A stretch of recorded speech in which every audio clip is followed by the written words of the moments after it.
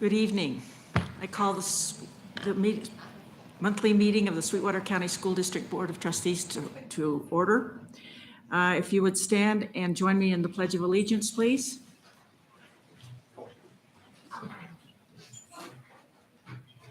I pledge allegiance to the flag of the United States of America and to the republic for which it stands, one nation, under God, indivisible, with liberty and justice for all. If you would please remain standing for just a moment. 2 weeks ago today, our community experienced a tragic circumstance that has impacted us all in one way or another. We would like to provide an opportunity to remind everyone to continue to come together as our thoughts and condolences go out to all who were involved with this tragedy, to show our support for healing, grace, and continued unity. Please accept this moment of silence, and we'll pause for a few seconds.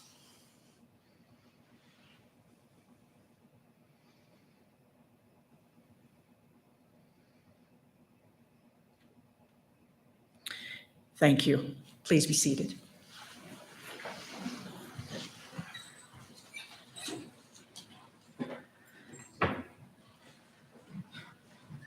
First of all, you may notice the addition of a new person to our board. I'd like to introduce Truanne Berg, who is a junior at Black Butte High School. She is the first of the students we've asked each of the high schools to provide us with a student liaison. They are a non-voting member of the board, but we are interested in student input. And so we've asked each high school in rotation to provide us with a student that to give us their perspective. So this is our first experience with it. So we're glad to have Truanne with us and help us break the ice. So help me welcome her.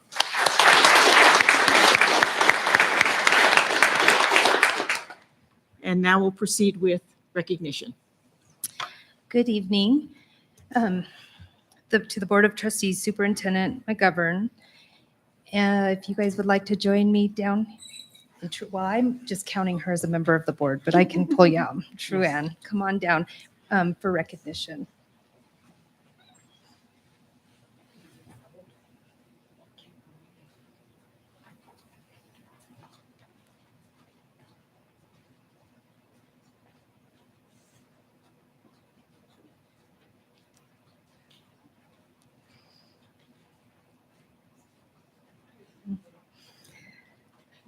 A couple months off of doing this does not do one good. I'm just saying.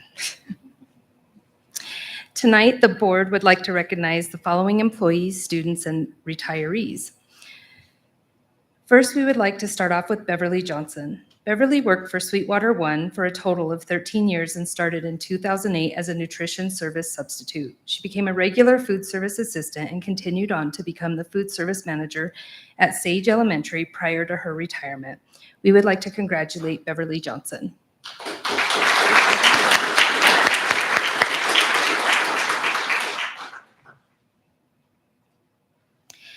Next, we would like to recognize Sherry DiBernardi. Sherry worked for Sweetwater One for a total of 12 years and started in 2010 as a nutrition service substitute at Overland Elementary. She became a regular food service assistant at Westridge and continued on to become the food service manager at Eastside Elementary prior to her retirement. We would also like to thank Sherry for helping the nutrition service program by training new managers at the start of this school year. Thank you so much and congratulations, Sherry.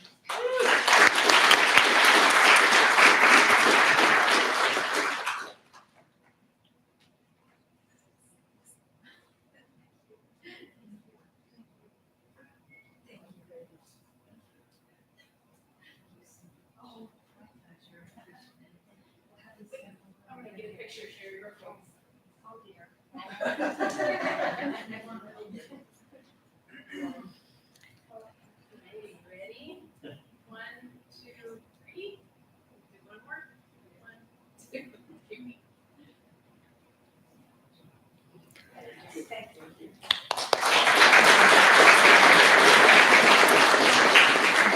Next, we would like to recognize Marie Hall. Marie Marie worked for Sweetwater Number 1 for 30 years and started in 1993. Marie started as a floater custodian at Walnut Elementary. She quickly became a leader with the custodians and became lead custodian. She earned the position of head custodian at Rock Springs Junior High, and her last position was the district trainer and quality control specialist. Marie's bark is surely worse than her bite, but new custodial hires didn't realize how kind Marie truly is. Don't worry, Marie, we'll keep your secret safe with us. Congratulations.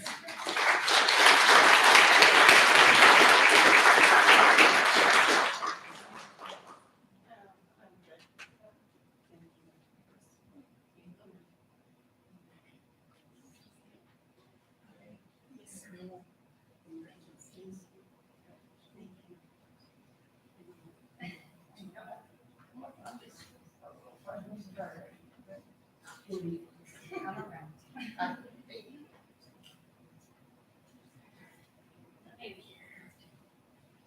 right, guys, ready? 1, 2, 3. I'll do one more. 1, 2, 3.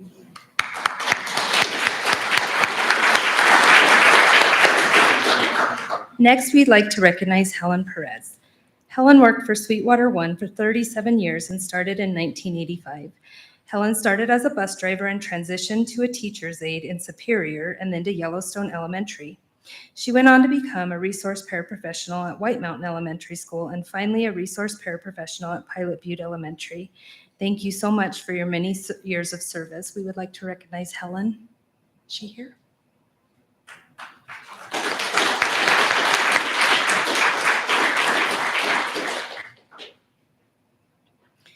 Next, we'd like to recognize Marcy Coble. Marcy worked for Sweetwater Number 1 for 29 years and started her career in 1993 as a nutrition services assistant. Marcy then became a classroom paraprofessional in Superior before transitioning into a similar role at White Mountain Elementary, then Pilot Butte, and finally at Eastside Elementary. Thank you for your many years of service. We would like to recognize Marcy. I don't think she's here.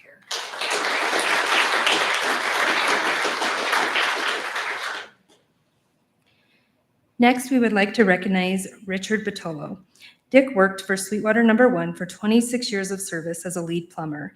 He started his career with the district in 1996 and served all of the district schools and facilities with his expertise.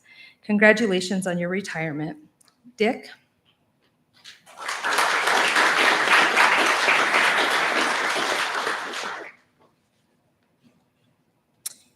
Next, we would like to recognize Anthony Paul Penalsik, better known as Polly in the facilities department. Polly worked for Sweetwater Number 1 for 42 years as a maintenance laborer. Polly started in 1980 and was a long-standing crew member with stellar attendance and dependability. Thank you for your many years of service. We'd like to recognize Polly.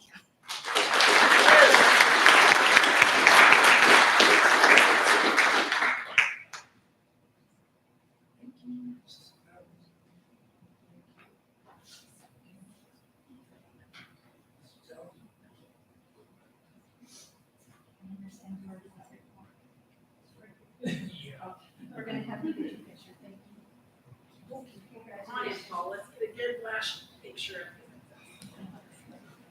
All right, guys, ready? 1, 2, 3. One more. 1, 2, 3.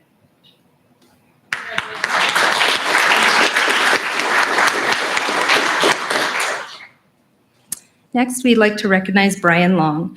Brian worked for Sweetwater Number 1 for 12 years, starting as a custodian and became a head custodian and certified as a lead water operator in the facilities department.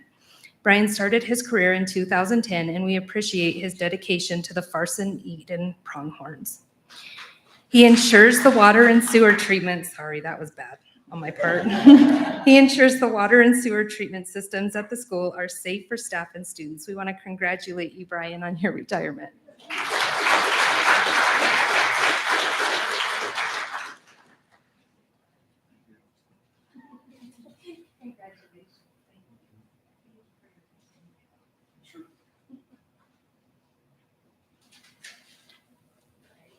Ready? 1, 2, 3. One more. 1, 2, 3. Thank you.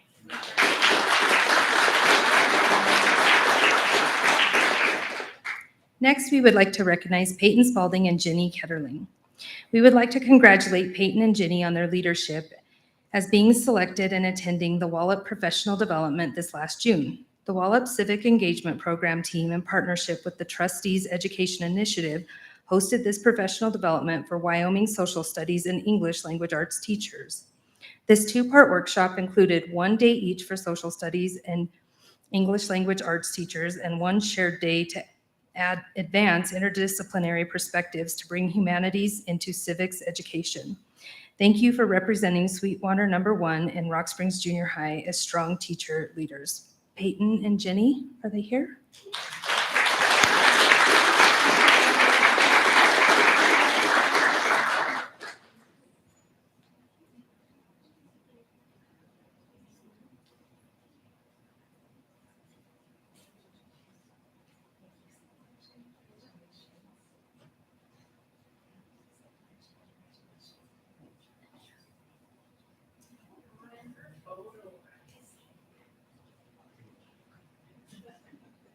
All right, are we ready? 1, 2, 3. 1, 2, 3.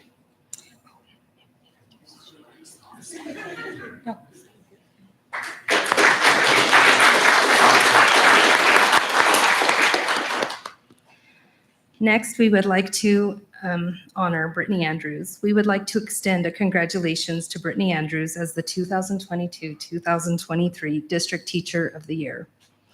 Brittany has been with the district since 2003 and currently teaches at Pilot Butte Elementary. She has been with the district for 19 years and currently co-teaches 4th grade with a fellow District Teacher of the Year, Teresa Lemke. We would like to give Brittany and her principal a few moments to share their thoughts. Congratulations, Brittany.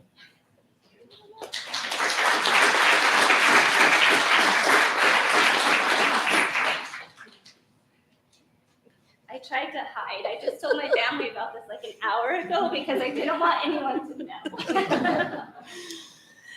At this time, it is my pleasure to introduce to you Miss Brittany Andrews. Brittany Andrews is an expert in every aspect of her craft. She holds a master's degree in differentiated instruction and classroom management from Graceland University. She has 2 kids, Ava, who's 16, and Aiden, who's 13. Miss Andrews is a leader at Pilot Butte and around the district. Brittany has the knowledge, skills, and tenacity to dig in whenever necessary and work alongside others to solve problems. Her strongest characteristic is her endless willingness to do whatever it takes for the progression and forward movement in the educational environment. Driven by the best interest, Brittany will fluidly lead others to the district vision, mission, and goals. Brittany is a standout across the district as she is a trainer of the trainers with cutting-edge, research-based, proven practices. She has a personality to reach and teach large audiences. Miss Brittany Andrews' standard is excellence as she gives students the tools they need no matter the background, making her an outstanding teacher in her profession. It is my pleasure to introduce to you Miss Brittany Andrews, Sweetwater County School District 1 Teacher of the Year.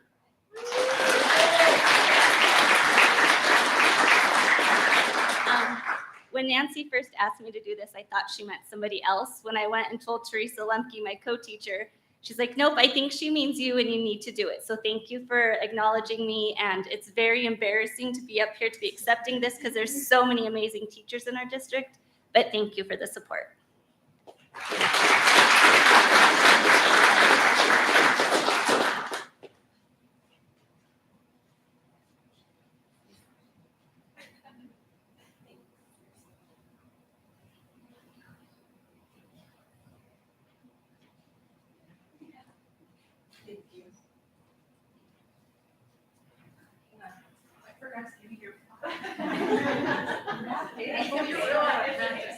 So well deserved. I know you were humble, but Thank you. congratulations. Ready? 1, 2, 3. And 1 more. 1, 2, 3. Thank you. Good job.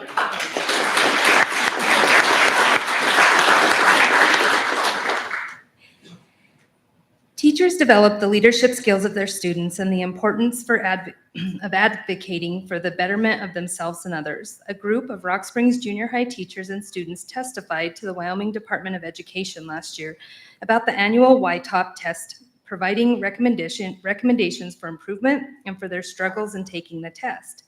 The district extends a thank you to the following students and staff. First, we would like to thank Brianna Jackman, Tripley Applequist, and Natalie Powell. Are you here?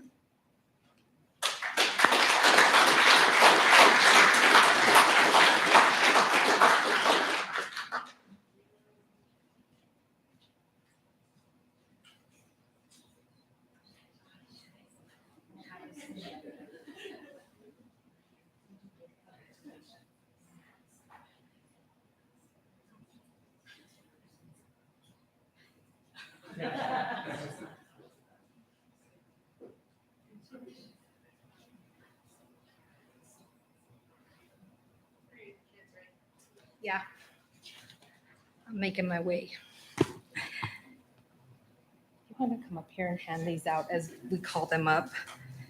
As we call your name, go ahead and join us up here and we will give you your certificate. Jeremiah Bear. Ethan Brewster.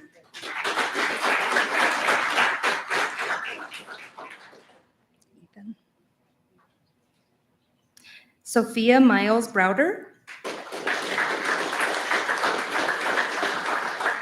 Kaylee Combs.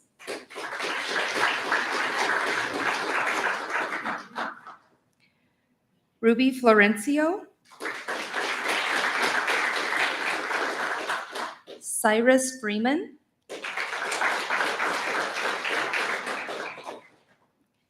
Delia Garcia.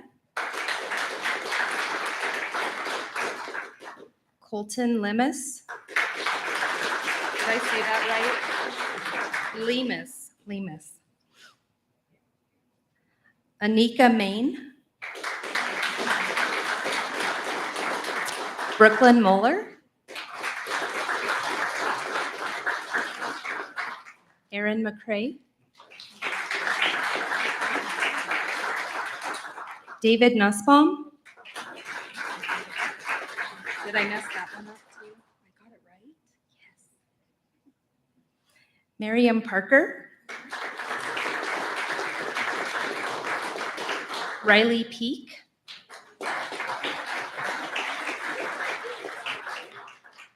Rylan Plant.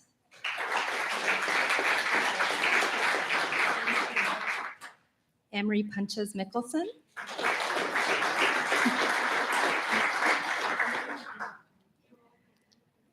Lorraine Roghair. April Sagastumi. Adeline Schweitzer.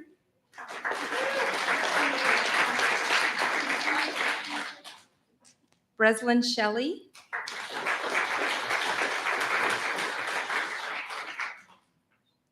Trayden Starkey.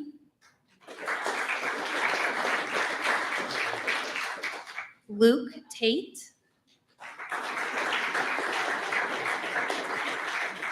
Ashlyn Toller.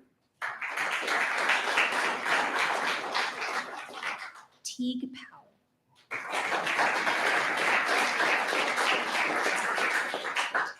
Congratulations to all the teachers, students, and retirees to Sweetwater One, and we're going to have you scrunched together for a picture. I think some of you can come on the stage too.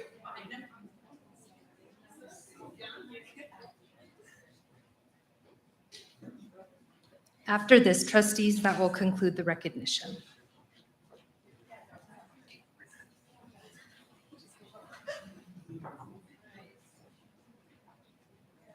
You guys scooch in on the back a little bit.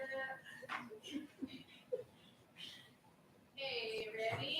1, 2, 3. 1, 2, 3. Oh, wait, you do, right? Thank you guys, good job.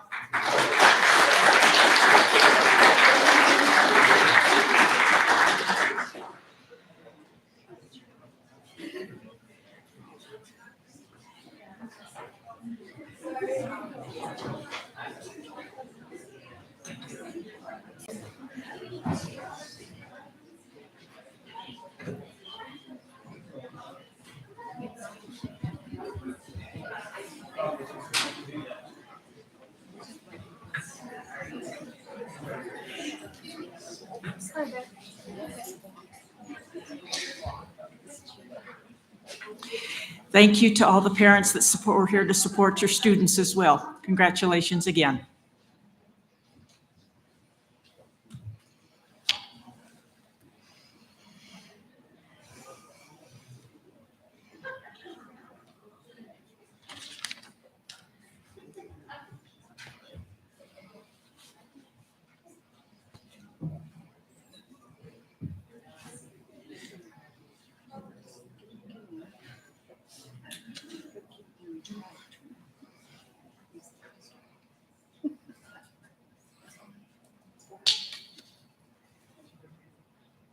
Ms. Murray, could we have roll call, please? Mr. Reedy? Mr. Reedy? Mrs. Summers? Here. Mr. Mickelson? Mr. Mickelson?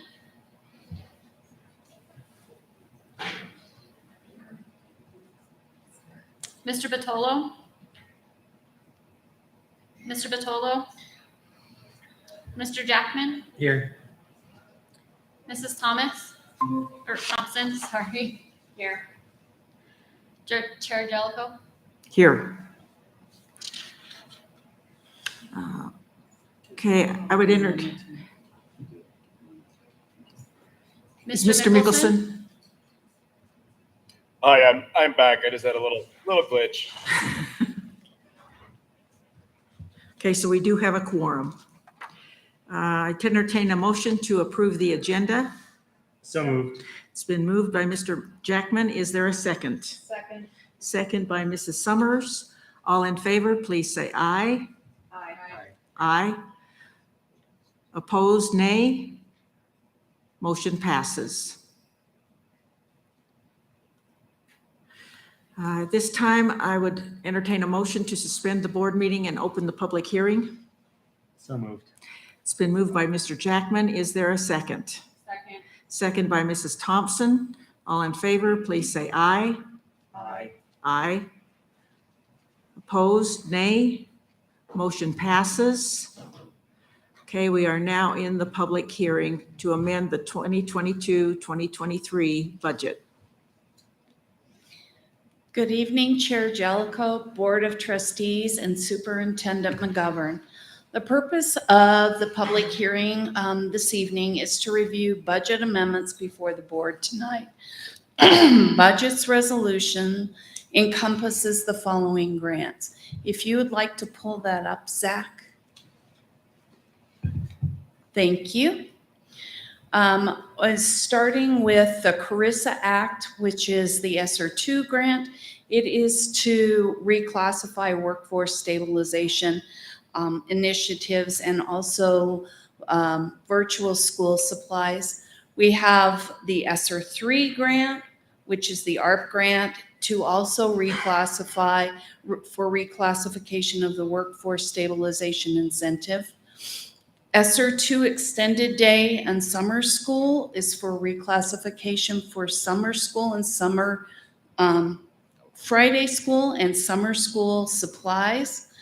The Comprehensive Literacy State Development Grant is also to reclassify for supplies and purchase services for Reading Horizons. The fifth grant is the ARP HCY1, which is to reclassify funds to professional development and at-risk supplies and counseling services.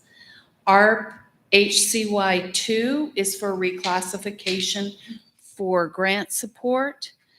And the seventh grant, which you will see, is the YBuilt Year 1 Grant Award of $1,630,318.33 for the first year of the YBuilt grant. The district has received the YBuilt grant for a total of 3 years for $4,890,955.50. However, WDE will be dispersing those funds over a third each year for the term of the grant.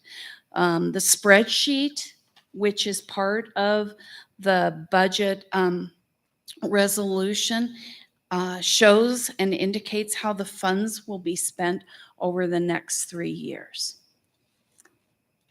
Are there any questions? Any questions? Doesn't Thank look you. like it. Thank you. We have received no written public comment. Is there any in-person public comment on the amended budget? Any public comment on the amended budget? Seeing none, I would entertain a motion to close the public hearing and reconvene the board meeting. So moved, Madam Chair. Thank you, Mrs. Thompson. Is there a second? Second. Second by Mrs. Summers. All in favor, please say aye. Aye. Aye. Opposed, nay. Motion passes. We are now back in the regular board meeting. Item number 7 is the superintendent reports. This month, we've asked Nutrition Services, Angie Aramosby, for an update. Good evening, Chair Jellicoe, Board of Trustees, Superintendent McGovern. Zach, if you could pull up the PowerPoint, please. Okay, what I wanted to start with first is the meals served during COVID over the past few years. I believe there you go. Pre-COVID, 2019 to 2020, which would be March, we served 74,282 breakfasts. 11,454 of those were second chance breakfasts. Lunch, we did 248,221. Then from March 2020 to June 2020, we served 155,730 breakfasts. We didn't do second chance breakfast because, as you know, everything was grab and go at that time. And the total lunches was 155,728. Then in July 2020 to June 2021, we served 250,734 breakfasts. We were back in school at that time, so we could keep track of the second chance breakfast, which we served 23,305. And then lunch for that year, we did 493,939. Then from July 2021 to June 2022, we did 333,991 breakfasts. And of those were second chance breakfasts were 59,419. Lunches, 397,600. You'll see there's about a $96,000 difference between June of 2021 and June of 2022. We were no longer doing because during COVID, we were able to do meals during the Christmas break, spring break, weekends, all of that. So that's where that difference comes in. And then August of 2022, and we'll go back to this again in another slide, we did 6,195 breakfasts, and of those breakfasts, 1,489 were second chance breakfasts. Lunch, we did 14,189. Excuse me, just to be clear, the second chance breakfasts are part of the breakfast as well. Is that correct? Correct, yes. So students have the opportunity to either have a breakfast as soon as they arrive at school, or about 9 o'clock at almost every school district wide, they get an opportunity to have a breakfast. If they miss the first breakfast, they can have the second chance breakfast. But it's considered part of the breakfast to start with. Yes, Thank you. yes. Next slide, please. So back to that, the total breakfast served was 700, or during COVID, from COVID to August 2022, we served 746,650 breakfasts. 84,213 of those were second chance breakfasts. So I'm very appreciative that we were able to implement this, because obviously a lot of students are taking advantage of this. The total lunches served were 1,061,456. So total meals served since COVID has been 1,808,106. So I just want to give a shout out to all of the nutrition services staff for making this happen. It's been a lot of hard work. And there were other people involved as well. I mean, especially during the Christmas holiday, It was definitely a team effort. And people from the cab, the high school, we had so many people from so many departments show up to help us out. So again, it was definitely a collective effort. So I want to thank everyone for that. Next slide, please. So second chance breakfast. So again, it provides students with an additional opportunity for breakfast each day, so they're ready to learn, which is really important. Nutrition, if a kid is hungry, they're not going to learn. So we just want to make sure they're fed so they're able to learn. We're comparing data from 2019 to 2020 and 2020 to 2021. There was 103.5% increase in participation during that time. Comparing 2020 to 2020, 21 to 2020, or 21, 22, there was a 155% increase in participation in second chance breakfast. Again, students may receive one breakfast per day. During COVID, they could receive one free breakfast per day. I mean, you had to choose between the first breakfast or the second chance breakfast. So, and then these numbers below, it just shows comparisons during August. During August of 2019, the system that we had at that time it didn't allow us to differentiate between the first breakfast and the second chance breakfast. So that's why there's no information in that piece. But if you look down, we did decrease from 2021 to 2022 for second chance breakfast. And again, in the lunch number, regular breakfast numbers as well, because as you know, every single student in the entire district could eat for free last year, and now we're back to paid status. So that's the difference with that.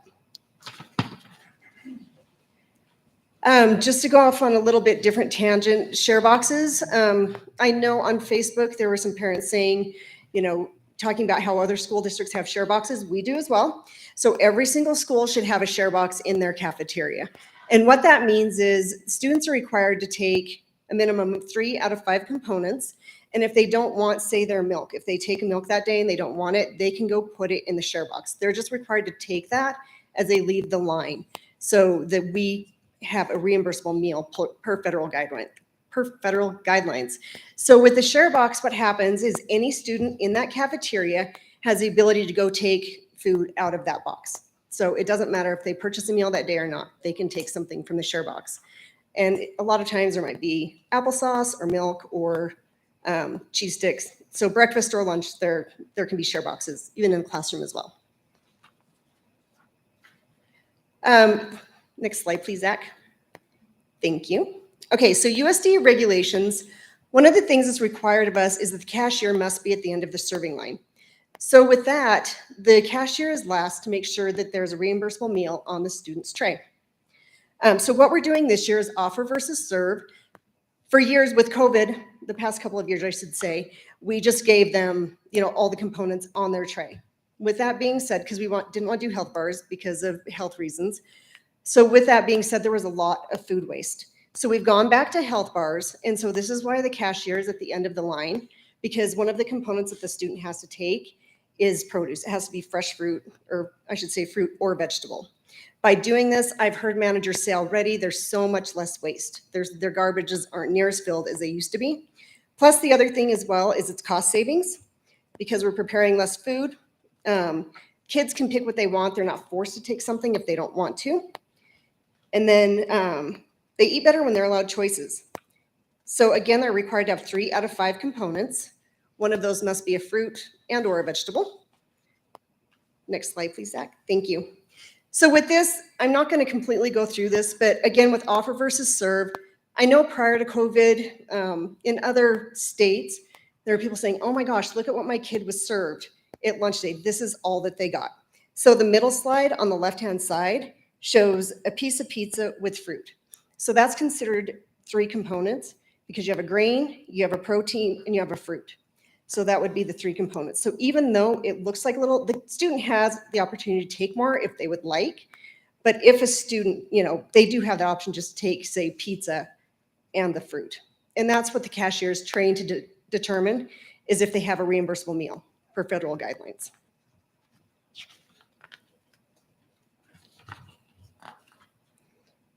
Free and reduced meals. Okay, we would like to strongly encourage families to complete the free and reduced meal application. We've come up with a QR code this year. All the schools have posters with it on. Kara Batolo in the print shop and Steph helped me come up with the QR code for it.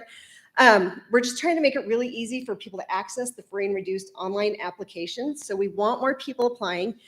One of the things I want to stress is that it needs to be completed every single year. Just because you're free a year ago, 2 years ago, doesn't mean you're still free to, or your students are still free to this day. It has to be done every single year. The other thing I want to stress to families, please do it now, because if you apply today and you submit it today, we can, and your student gets meals, we can apply those benefits today. So the date that it's received in district, we have it date stamped, and that's the day we can apply the benefits. So again, we'd really like to encourage families to complete that.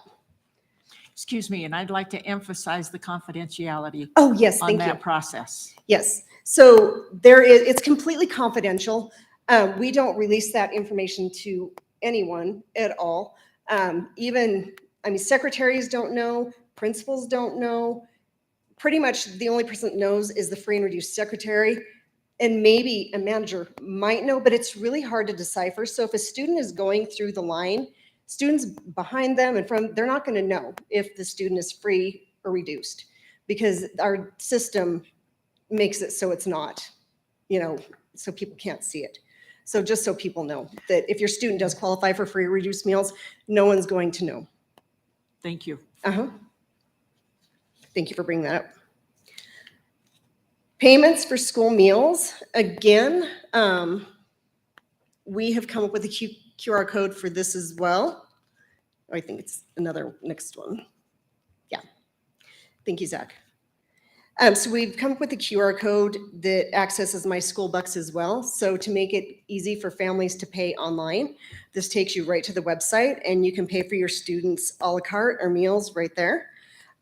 People can also pay by check or cash and made payable to the Nutrition Service Department. And we accept them at the cab or at your school's cafeterias as well. Staffing. Sherry's still here, so I want to do a shout out to Sherry. She's been helping us out at a school, and I can't thank you enough for that.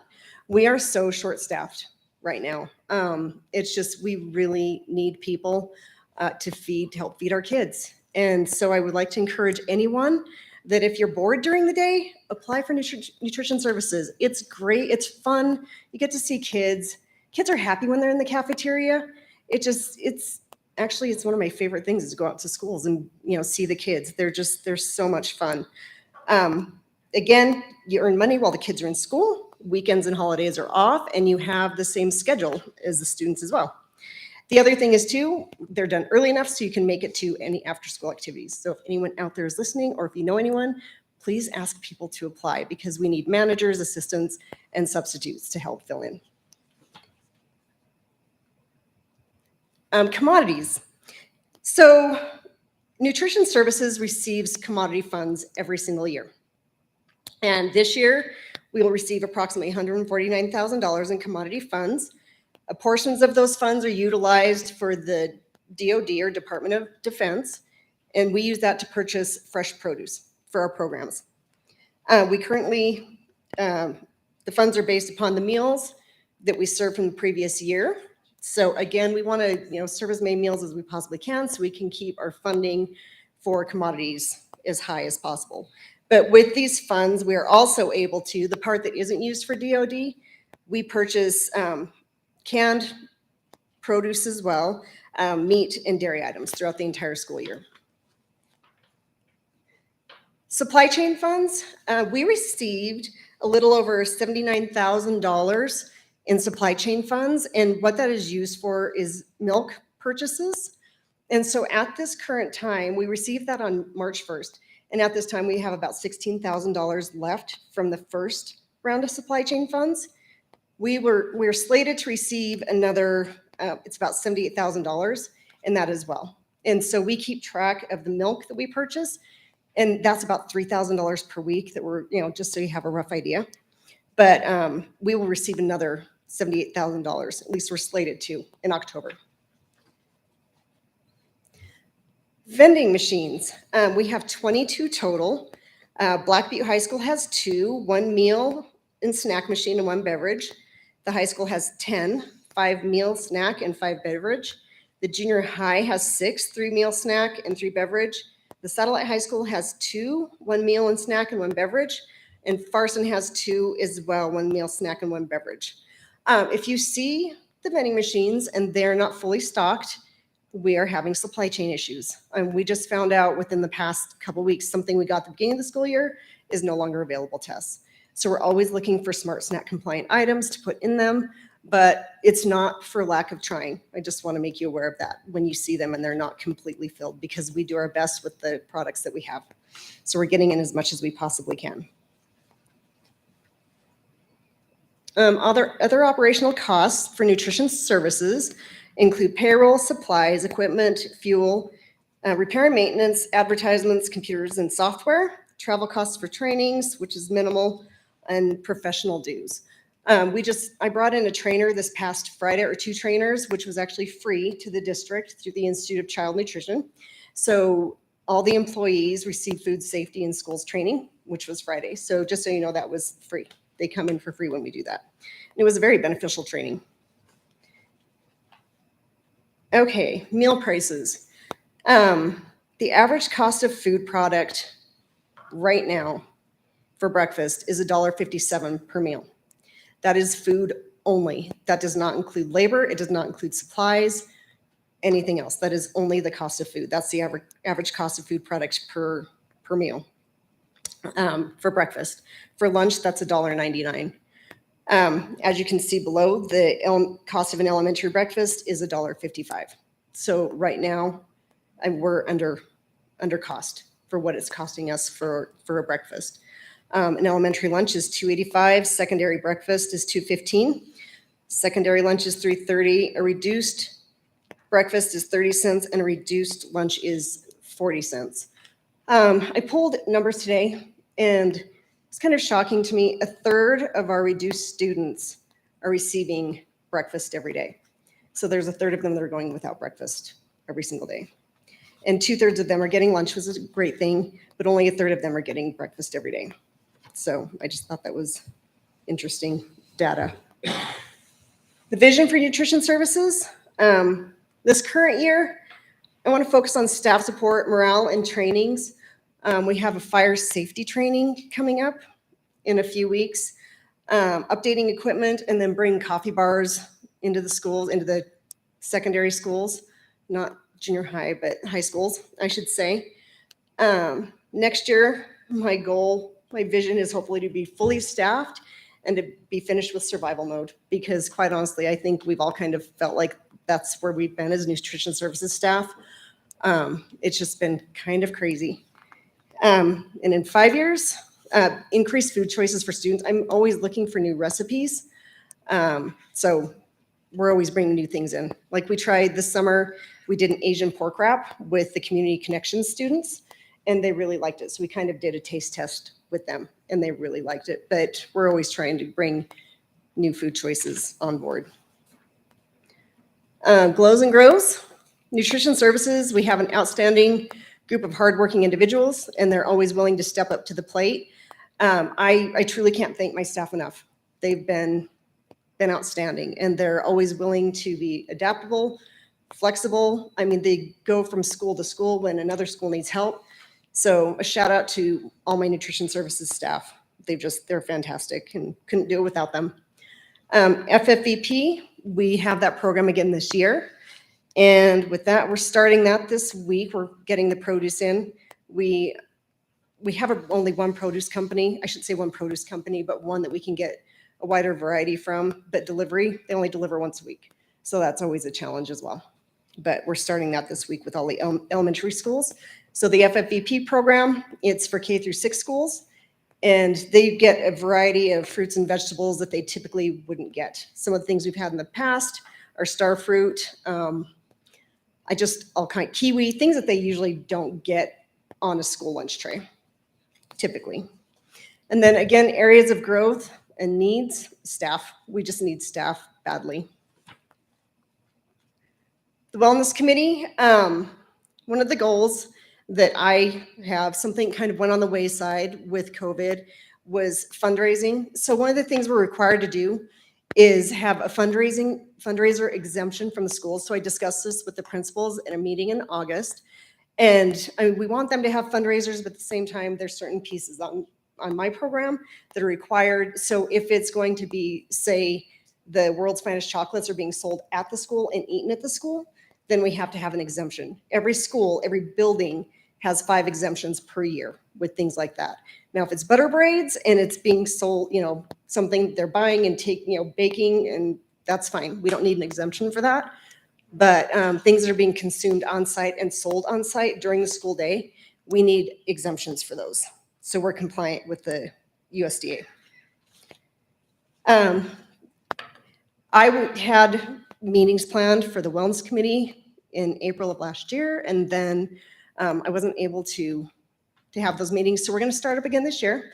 We're moving forward, so I'll be getting together I'll be sending out emails, and hopefully we need more committee members for the Wellness Committee as well. So I'll be sending out something for that to try and get more people on our committee. So we always want to recruit more individuals for that. Okay, Link, Titan software. Most districts, I think they're in 20 school districts across the state now. Titan it's a cloud-based menu planning software. The current menu planning software they have is server-based, and it's very antiquated and difficult to use. Just time-consuming more than anything. It takes an incredible amount of time to do the menus every single month. With Titan, they have an easy point-of-sale system. One of the things that Titan has as well, they have a contract with Apple that if you take a picture of a nutrition label, it will upload that into the system as well. So it takes away that manual step-by-step process. Right now with the system that we have, I have to enter, say, chicken nuggets in as an ingredient, and that's a 5-step or more process for that. And then I have to go in and enter it in as a recipe, which is another lengthy process. And each time you go through each step, it takes minimum of 2 seconds to go from step to step. So that's just chicken nuggets, for example. With this one, you can click on ingredients and recipe for something like chicken nuggets, and it enters all the information into one area all at the same time. Again, they have scanners, which uploads information. Green River has Titan as well. So they've used it with their vending machines. They have the same vending machines as us, and they have the 2-step verification. They also have a family portal as well that is very similar to My School Bucks. So with this being said, I've talked to Kelly and Nicole about this program, just kind of filling them in on the needs of nutrition services. And we just kind of need to move forward with our software program right now, because the one we have right now is very time consuming to use, especially with menu planning. This program, like I've reached out to Cheyenne, they use it, and they have Power School. There's other districts. So I'm bringing this up as informational purposes. They've also agreed to give us the program for free during this school year, so we can, get everything entered in. So it could potentially be implemented in 23-24 if the board were to approve that. Does anybody have any questions? Any questions? Angie, would you speak to the co-op that we belong to so that we're getting the best? Oh, yes. Would you speak to that for a moment? Of course. So we're part of actually 2 co-ops. The first co-op, it's a Southwest Wyoming co-op. So with that, we have Big Piney, Pinedale, Jackson Hole, Evanston, Mountain View, Lyman, Green River, Star Valley, and us. So I believe that's all of them. So we're part of a co-op, and what do we do every single year is we all meet, and we renewed the bid with Nicholas this year for our food. Mm-hmm. But being part of a co-op, since there's so many of us, it decreases the cost of our food. So that's why we're part of a co-op.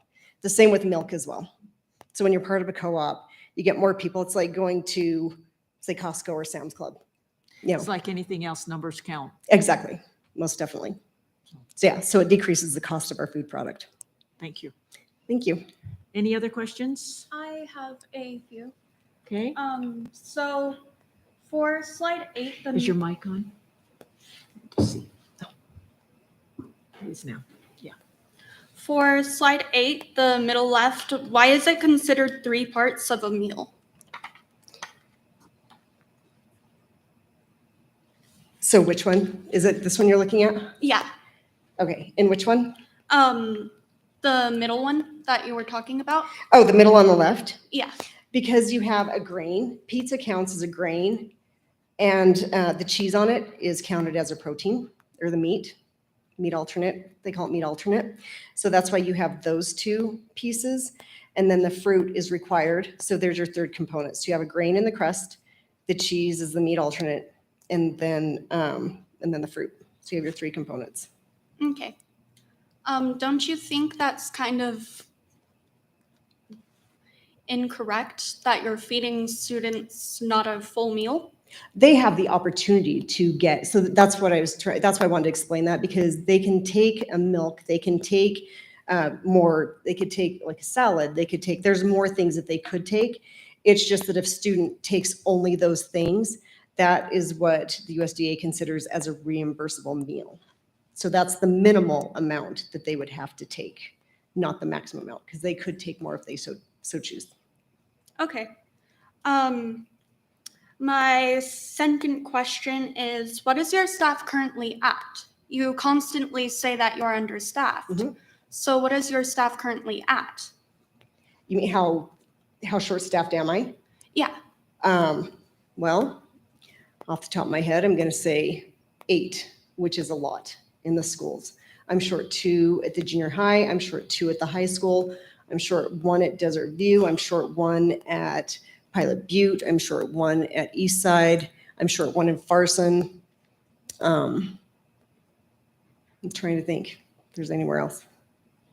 So yeah, Okay. good questions. That's all the questions I have. Thank you. I just want to take a moment to reemphasize, please, students who are hungry do not learn.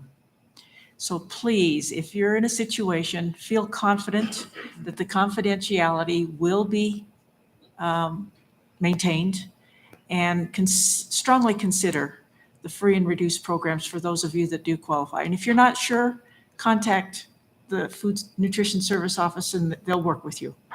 But, it's there for a reason. We've gone through a couple of years where the federal government paid for everything. We're back to now with the free and reduced. So if your families, and I'm speaking to those out in the community as well, if your families are in need, please contact us, and let's get your kids eating. Thank you. Madam Chair. Mrs. Summers? I just wanted to clarify as well that if they sign up for free and reduced and they qualify, that also extends to like some school fees and whatnot, correct? Mrs. McGovern? Superintendent and members of the board, excuse me, Chair Jellicoe, it does. Actually, on our policies for fees and fines for other eligibility items, if they have that free and reduced status, it can help also secure some other items for our kids.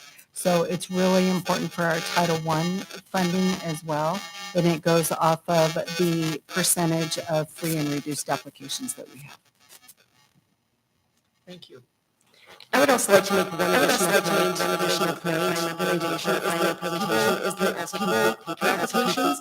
Every school secretary has his application with the caveat. We just want to do the best. We're trying to do the best to get the information out as much as possible. And we do want to feed kids. We want to feed kids. That's what we're here for.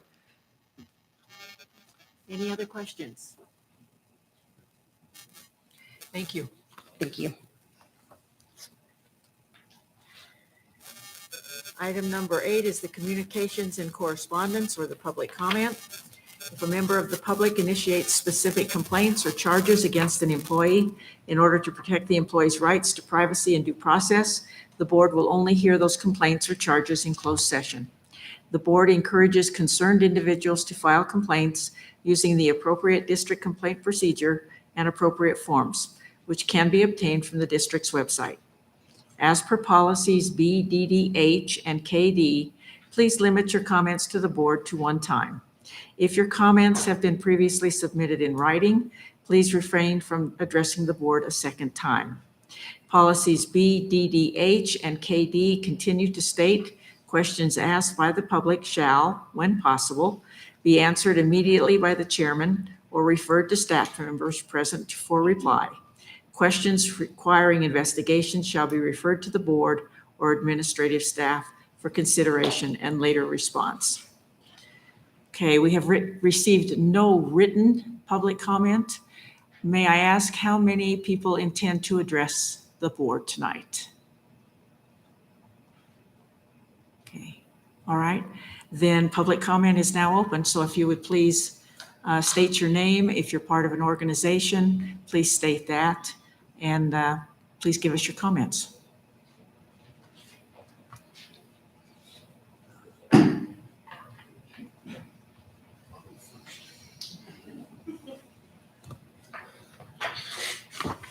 Good evening, Chair Jellicoe, members of the board, Superintendent McGovern. My name is Glenn Supas. I'm the principal at Rock Springs High School, and I speak for the school. As always, I wanted to share some of the things that are going on at Rock Springs High School. This week is homecoming week, so we have lots of kids dressed up and having a good time. We have a parade this Wednesday at 5 o'clock. And then we have the bonfire at 7:30. Thursday, we have our pep rally. We have multiple sporting events, from hosting state golf this weekend to hosting conference tennis. Cross-country team is off and running, literally. And then we have volleyball. Sorry, I couldn't resist. Volleyball at home this Tuesday night. We have a home swim meet this Friday night. We have our football game this Friday night versus Sheridan, rematch of the state championship game from last year. And then we have our homecoming dance on Saturday. So we have a very full week planned, and all are invited to attend those events. We hope to see everyone there. We have some other things coming up prior to the next school board meeting. On the 23rd of September, the Rock Springs High School Student Council has brought back in for a presentation Caleb Campbell. Caleb is a former military officer, football player, sends a very powerful message. He will be coming in to speak with our freshmen and then with our staff on the 23rd, and it's all sponsored by the Rock Springs High School Student Council. We have the annual Fall Blood Drive on October the 5th at Rock Springs High School. We hope to see you there giving blood. It's always a great event and well turned out. We have a lot of other things going on. I also want to mention that Rock Springs High School finished their first full week of professional development with our Don't Ever Stop consultants, Gene and Copper. And then they conducted a PD this past Friday, focusing on the personalized classroom and our move towards evidence-based grading. It was a great training. Our teachers are learning a lot, and we're definitely taking this and moving forward with it. So it's been great training, and they will be back again October 4th, 5th, and 6th. If you are available to attend, you're always welcome. Just give me a heads up, and we'd love to see you at those trainings provided by the Don't Ever Stop consultants. Some other good news. Rock Springs High School has had their inaugural parent involvement team meeting that was conducted this past week. We had a total of 15 parents show up. We're very excited. This is a very motivated group of people that want to come in and help Rock Springs High School, and we're thrilled to have them be a part of it. We will have another meeting with our PIT crew, parent involvement team, on October the 5th. And the school board is always invited to those meetings as well. At that meeting, we will be going over the Rock Springs High School vision, which was created And then also going over the quality review that was conducted by Gene and Copper last spring. Rock Springs High School is starting round 2 of our book study, The Culture Code. If you haven't read the book, it's an outstanding book. It has, it's the secrets of a highly successful groups. And sometimes we get kind of tired about reading about just education stuff. This book has a lot of non-education, but a lot of really good ideas on how to change a culture within an organization. I highly recommend this book. And the second time going through it. So it's a good book.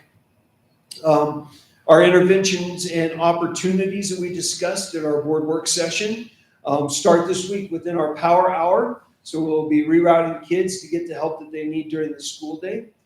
Friday school for us started on August 26th. We will this Friday have our 3rd Friday school for this semester. And we have 103 students that are enrolled. Those students will be gaining the opportunity to have extra learning opportunities and hopefully recover a few credits that may have been missed along the way. Currently, we have 1,461 students, Rock Springs High School, plus 60 virtual high school students that also are part of Rock Springs High School. So enrollment is looking good. And last but not least, I wanted to share with you, we started our first rounds talking about Rock Springs High School vision and our vision statement on where we're getting and where we're going. This was presented at the staff meeting this last Friday. Not all were present due to other commitments, but right now we're vetting this and sending this out to our community. It says the Rock Springs High School vision statement. Our Rock Springs High School is a supportive community where all learners' interests contribute to a challenging, inclusive learning environment, and learners graduate prepared for their post-secondary adventures and to change the world. So input was gathered from various organizations, different groups of people within the school itself, and we're very excited about that vision and getting it fully approved and vetted by the remainder of the staff, and then we'll be presenting that at our parent involvement team as well. So that's what's going on at Rock Springs High School. We always invite everybody to come to the school at any time. You're always welcome. I'm there about 99% of the time. So I would love to give a tour of our school. It is open. Please come and see us. We'd love to have you there. So at this time, if you have any questions, that's okay. But Any thank questions? you again for giving me this opportunity. I appreciate it. Any questions? Thank you. All right, thank you. Thank you. Further public comment?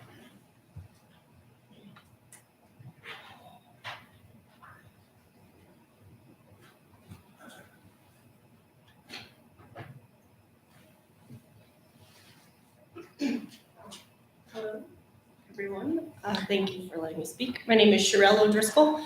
I have a couple kids at Sage Elementary, and I unfortunately live in the area that falls into where we can no longer have a bus, where we've had a bus in our neighborhood since 2009, and now we cannot have any sort of bus. So my question was, Rock Springs itself is not a overly friendly pedestrian biker town, as we've already noticed what has happened this semester.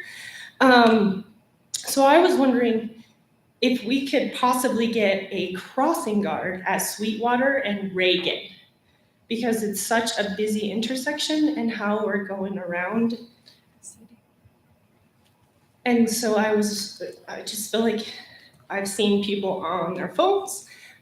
Kids will jet out really easy, and as there's now 4 schools over there, and then they are building, Amundsen has done now an additional however many acreage, so we're just growing and growing more on the rec center side of town.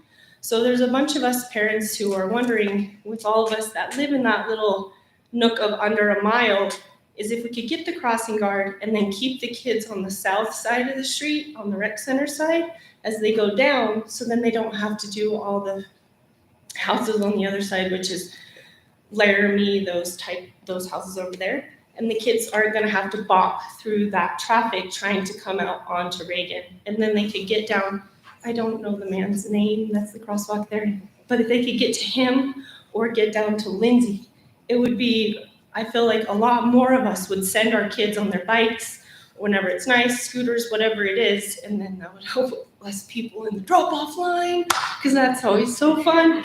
But I think we all feel like I don't want to send my kids across Sweetwater.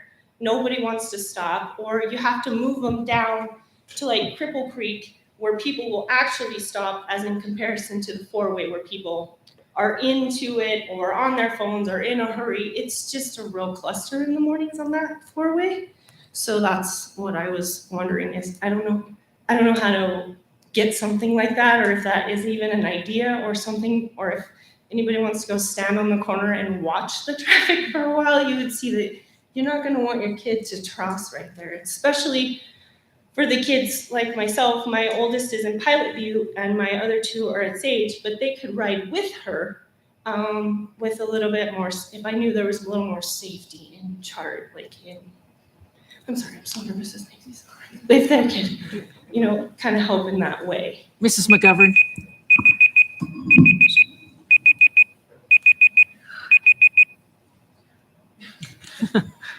That wasn't me. It wasn't me. Cheryl, thank you for bringing that forward. I live over in that area, and I'm aware of the situation of what you're mentioning. Crossing guards actually come from the city of Rock Springs. I called the city and they told me it was you guys. No, they come through the city, but I think your concern is good, so perhaps we could work together with them, or at least have a conversation with them and visit with them a little bit. Every year we always go out and we always thank our crossing guards, because that is quite the task that they do to ensure safety. And they're out there in warm weather, but most of the time it's pretty cold. And they make sure our kids are safe and they get them across the street. And it's a huge relief for all of us at the school, and also for all of our parents as well. Yeah, and you have so many diehard kids, it can be super cold and they're still riding their bikes, or we live where the weather's like this, so we could send them any day to walk around. Absolutely. So I appreciate that, and we can visit with them and relay that message to them, but they are actually employed by the city of Rock Springs. Okay, cool. Thank you. Thank you for your comments. Yeah, you bet. Further public comment, please.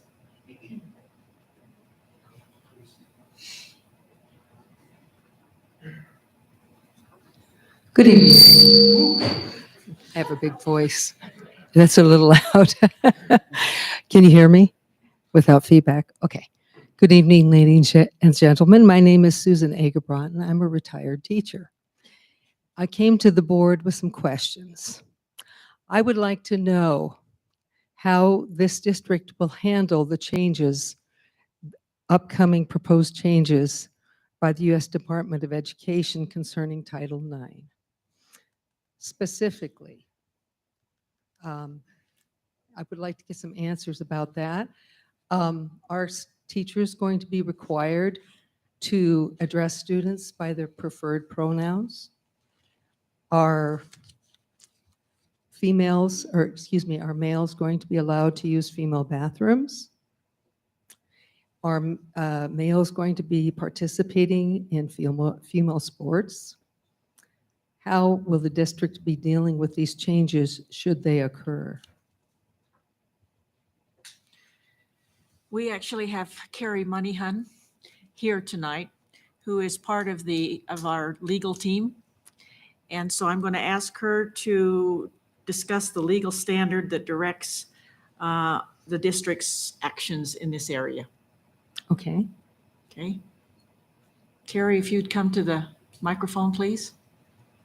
Would you like me to sit down while this person addresses the audience? Do you have other questions? Or- Possibly. Okay. Why don't you just have a seat there close by? Thank you.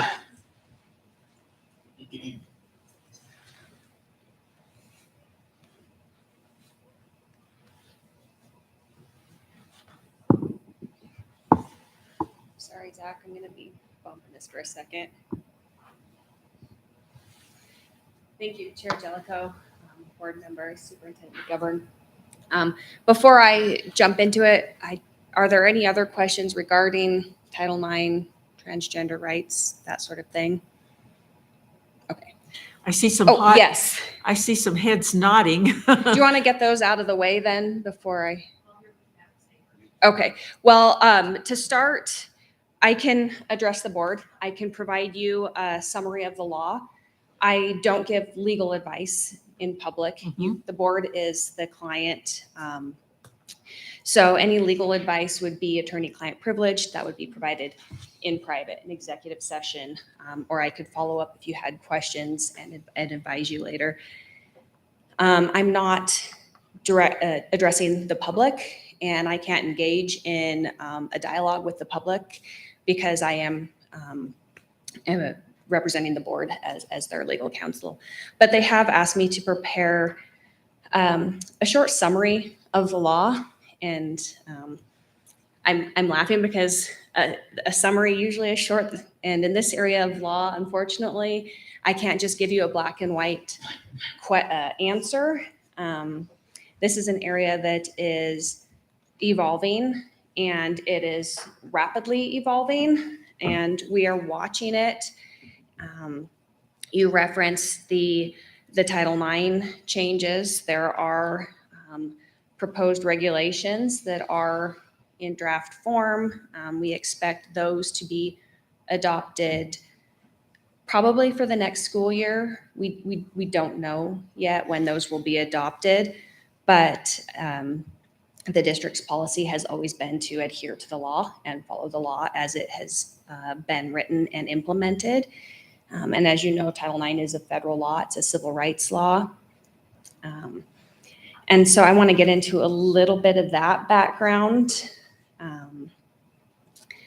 There's a couple laws that we discuss when we're talking about transgender rights, especially. We have Title VII, which comes from the Civil Rights Act of 1964.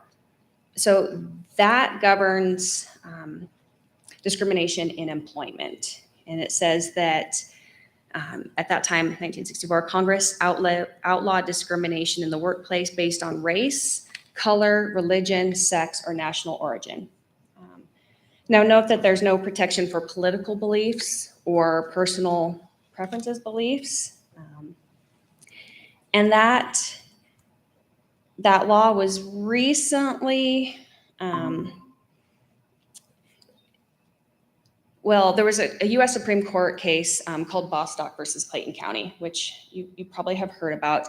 That was decided in 2020, where the Supreme Court held that sex discrimination encompasses discrimination on the basis of both sexual orientation and transgender status or gender identity. So I don't want to say that it necessarily expanded that protection because courts have already been interpreting it that way, but now we have a Supreme Court saying that across the nation, this is the standard.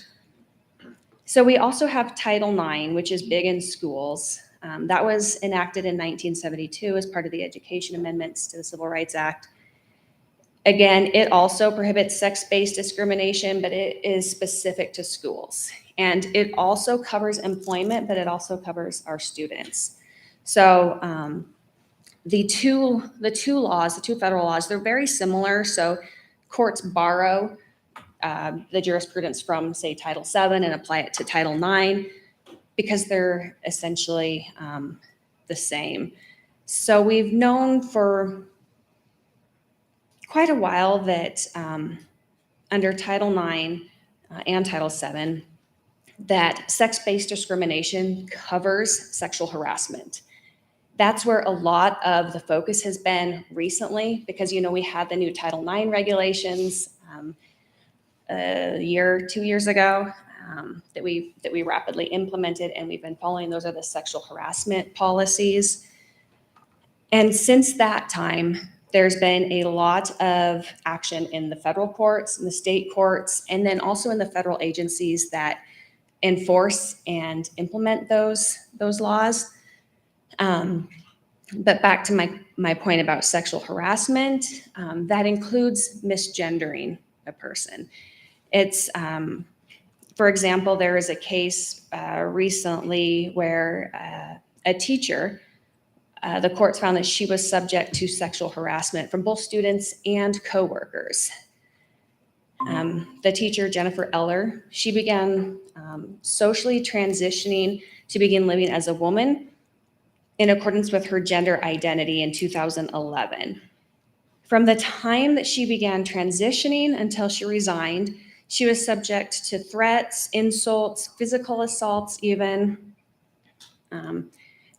Frequently included misgendering, which means just being referred to by names or pronouns that are associated with a different gender identity, and the use of derogatory names and slurs.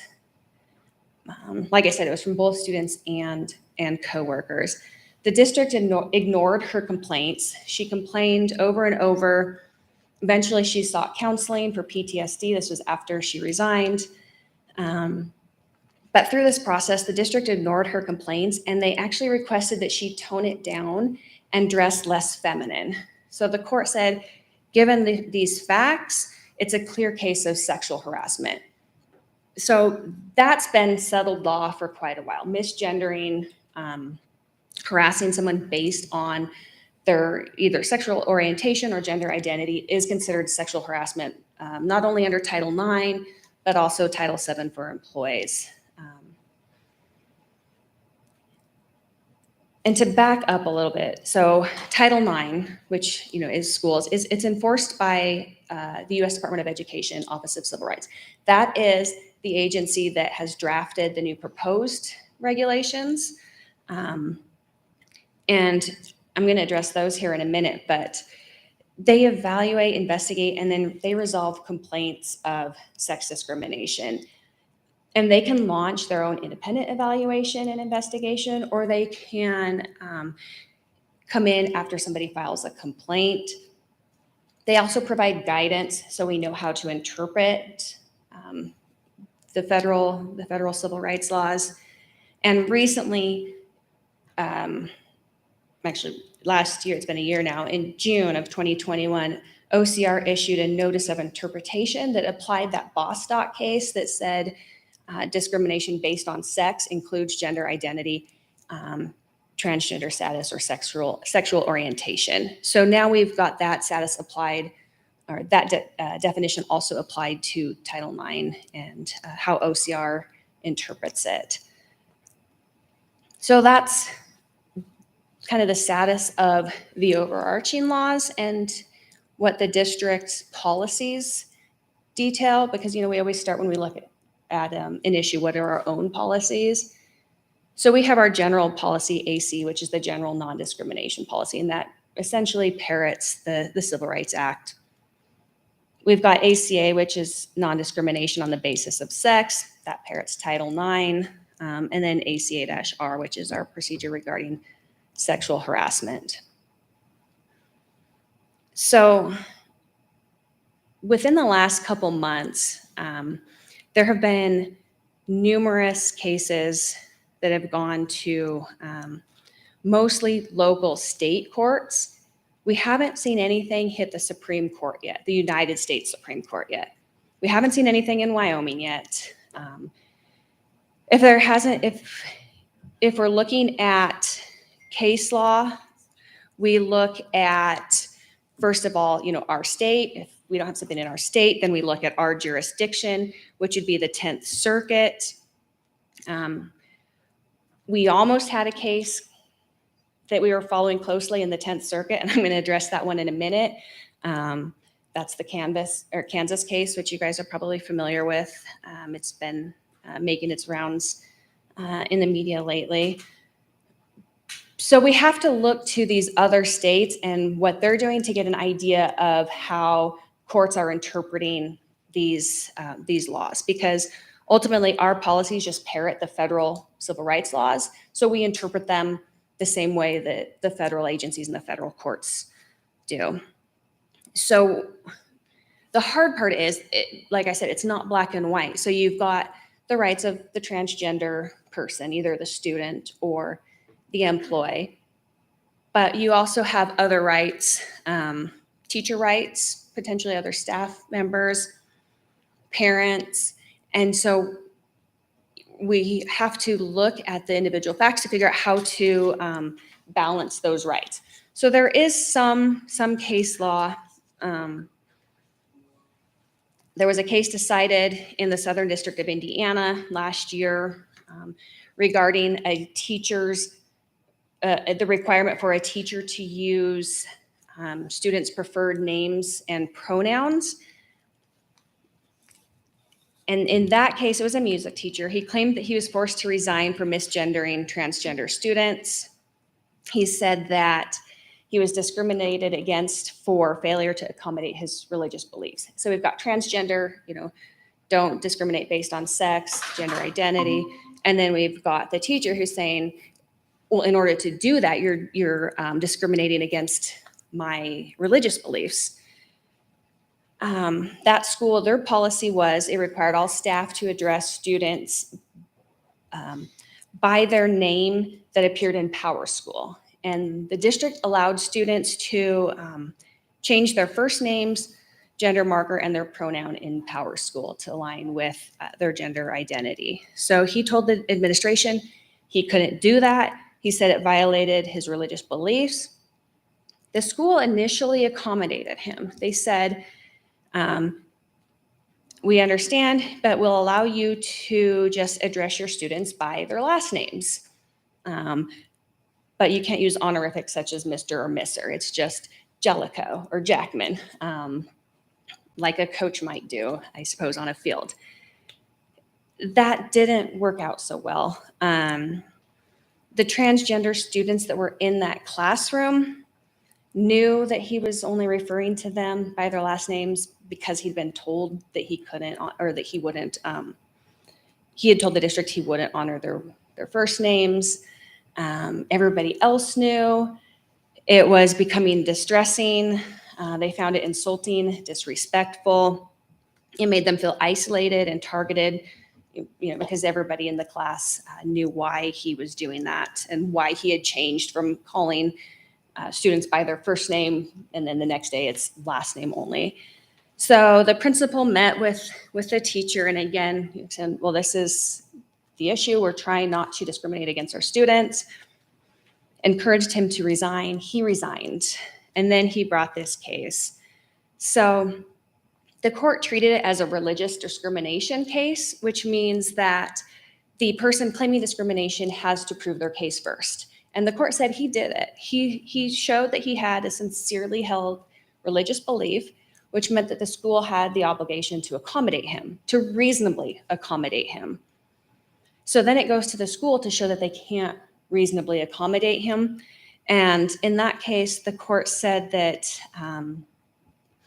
his religious opposition to transgenderism is directly at odds with the district's policy of respect for transgender students, which is grounded in supporting and affirming those students. So even with the last name only accommodation, there was undue hardship. It wasn't a reasonable accommodation. It conflicted with the school's philosophy of creating a safe and supportive environment for all students. And then the court goes so far to say, as a matter of law, the evidence of impacts on those transgender students in his class, apparently there were two, that it did cause emotional harm is sufficient to demonstrate that there was an undue hardship and therefore no reasonable accommodation. And continuing to allow an accommodation that resulted in complaints that students felt targeted and dehumanized could potentially, it didn't actually, but it could potentially have subjected the district to a Title IX discrimination lawsuit by those students. So the district got to weigh the potential of the harassment discrimination claim with the accommodation that it was providing to the staff member for the religious beliefs. And the court cited other circuits, saying that courts agree that an employee is not liable, an employer is not liable when accommodating an employee's religious beliefs if it would require that employer to violate state or federal law, like the Civil Rights Act, Title VII and Title IX. And that's pretty well settled across all circuits. He also brought a retaliation claim. The court didn't buy it. He said it's not unreasonable for a school to expect that instructors will teach classes in a professional manner that doesn't distress students. And nothing in the record showed that they were acting with any motive other than to protect their students. Finally, the court leaves us with a quote that I think is pretty instructional, but it says, "When you work in a public school, you sign up to follow the law and the policies and the practices of that organization. And that might mean following practices that are different than your beliefs." So it's a balancing test. And it's not black and white. You know, it's going to be, if you're confronted with a situation like this, it's going to be on a case-by-case basis. Sorry, I'm just getting started. I told you this isn't a brief summary.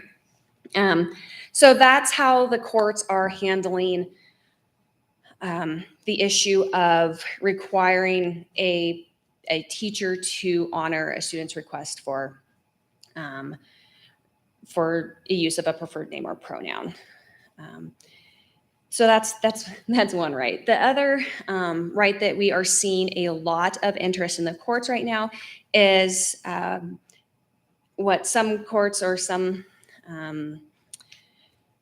advocates are calling honest communication policies, and balancing that with student privacy and student safety policies. This area is a little less settled than the requirement to use preferred name or pronoun. These policies are the policies that say if a student comes to you, tells you they have a preferred name or pronoun, you don't tell the parent. And end of story. So what's happening is the teachers or the staff are saying, well, that violates my religious belief in, I want to tell the truth. It's against my religion to lie to parents. And that's the one that we're seeing on Facebook, on social media. Fox News covered it. The Today Show covered it. It's the teacher out of Kansas. I keep saying Kansas. It's the teacher out of Kansas. And the news articles say, teacher wins $95,000 because the court or the district violated her religious rights. The reporting on that is pretty misleading because it never went through the full litigation process. The parties settled, and they settled after the teacher petitioned the court for two injunctions. One was to say that the district, you can't discipline the teacher for using the preferred or not using the preferred name or pronoun. And two, districts, you cannot discipline the teacher for not telling the parents what the child has requested. And the court kind of split it down the middle. They said, we're not really going to buy your argument that regarding the use of pronouns, partly because that's somewhat settled, but also because there wasn't any evidence that they were going to discipline her because there were other options. She could choose to use last names. They had potentially discussed other accommodations that the district could offer. So he said, you're probably not going to prevail on that issue. The second issue, however, they said there is a likelihood that you could prevail on the communications policy. And ultimately, it came down to the policy was really poorly written. The court said it was over-inclusive because it prohibits the disclosure of preferred name and pronoun information to parents without any assessment of whether disclosure would actually pose a risk. And then they said it's also under-inclusive because it permits administrators to disclose preferred name and pronoun if parents simply ask. And they said, well, how is that protecting safety if you can tell them if the parents ask? So they crafted it poorly. Like I said, this never went through the litigation process. The teacher had retired previously, so we don't know how this one would have come out. I was kind of hoping that it would go to the court, get appealed, go to the 10th Circuit, because Kansas is in the 10th Circuit with us, and then we would have some, black and white case law, but we don't. So that's not really all that instructive. All we know is that the court said that there was a likelihood that based on their policy, the way it was written, the teacher could have prevailed. But the court never actually came down and sided with the parent or the district one way or the other. We have quite a few other cases that we're watching. There's a case in Iowa that was filed by a parent group. Similar, the school district will not disclose a transgender or a student's transgender status to parents unless the student expressly authorizes it. And then there's a disciplinary piece that says intentional and or persistent refusal by staff or students could lead to discipline.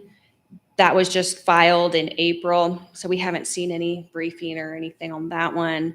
There's a case out in New Hampshire where the parent, who's also a teacher, reportedly found out that her child was using a different gender identity at school, and the parent claims it was kept a secret from her by the school. According to the suit, the mother confronted school staff about the issue and made it clear that she wanted her child referred to by the biological gender that they were assigned at birth.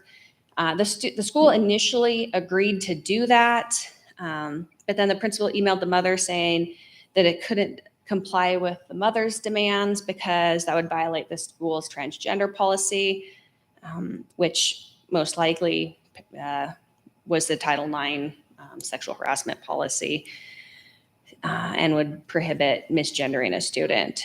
So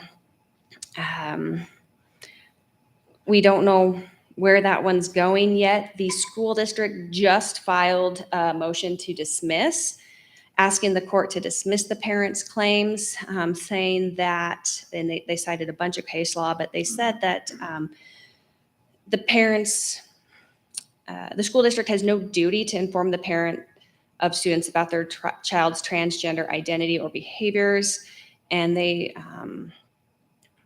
parent is not entitled to know if their child is experiencing transgender ideation or dysmorphia at school. So that's what the school district just filed.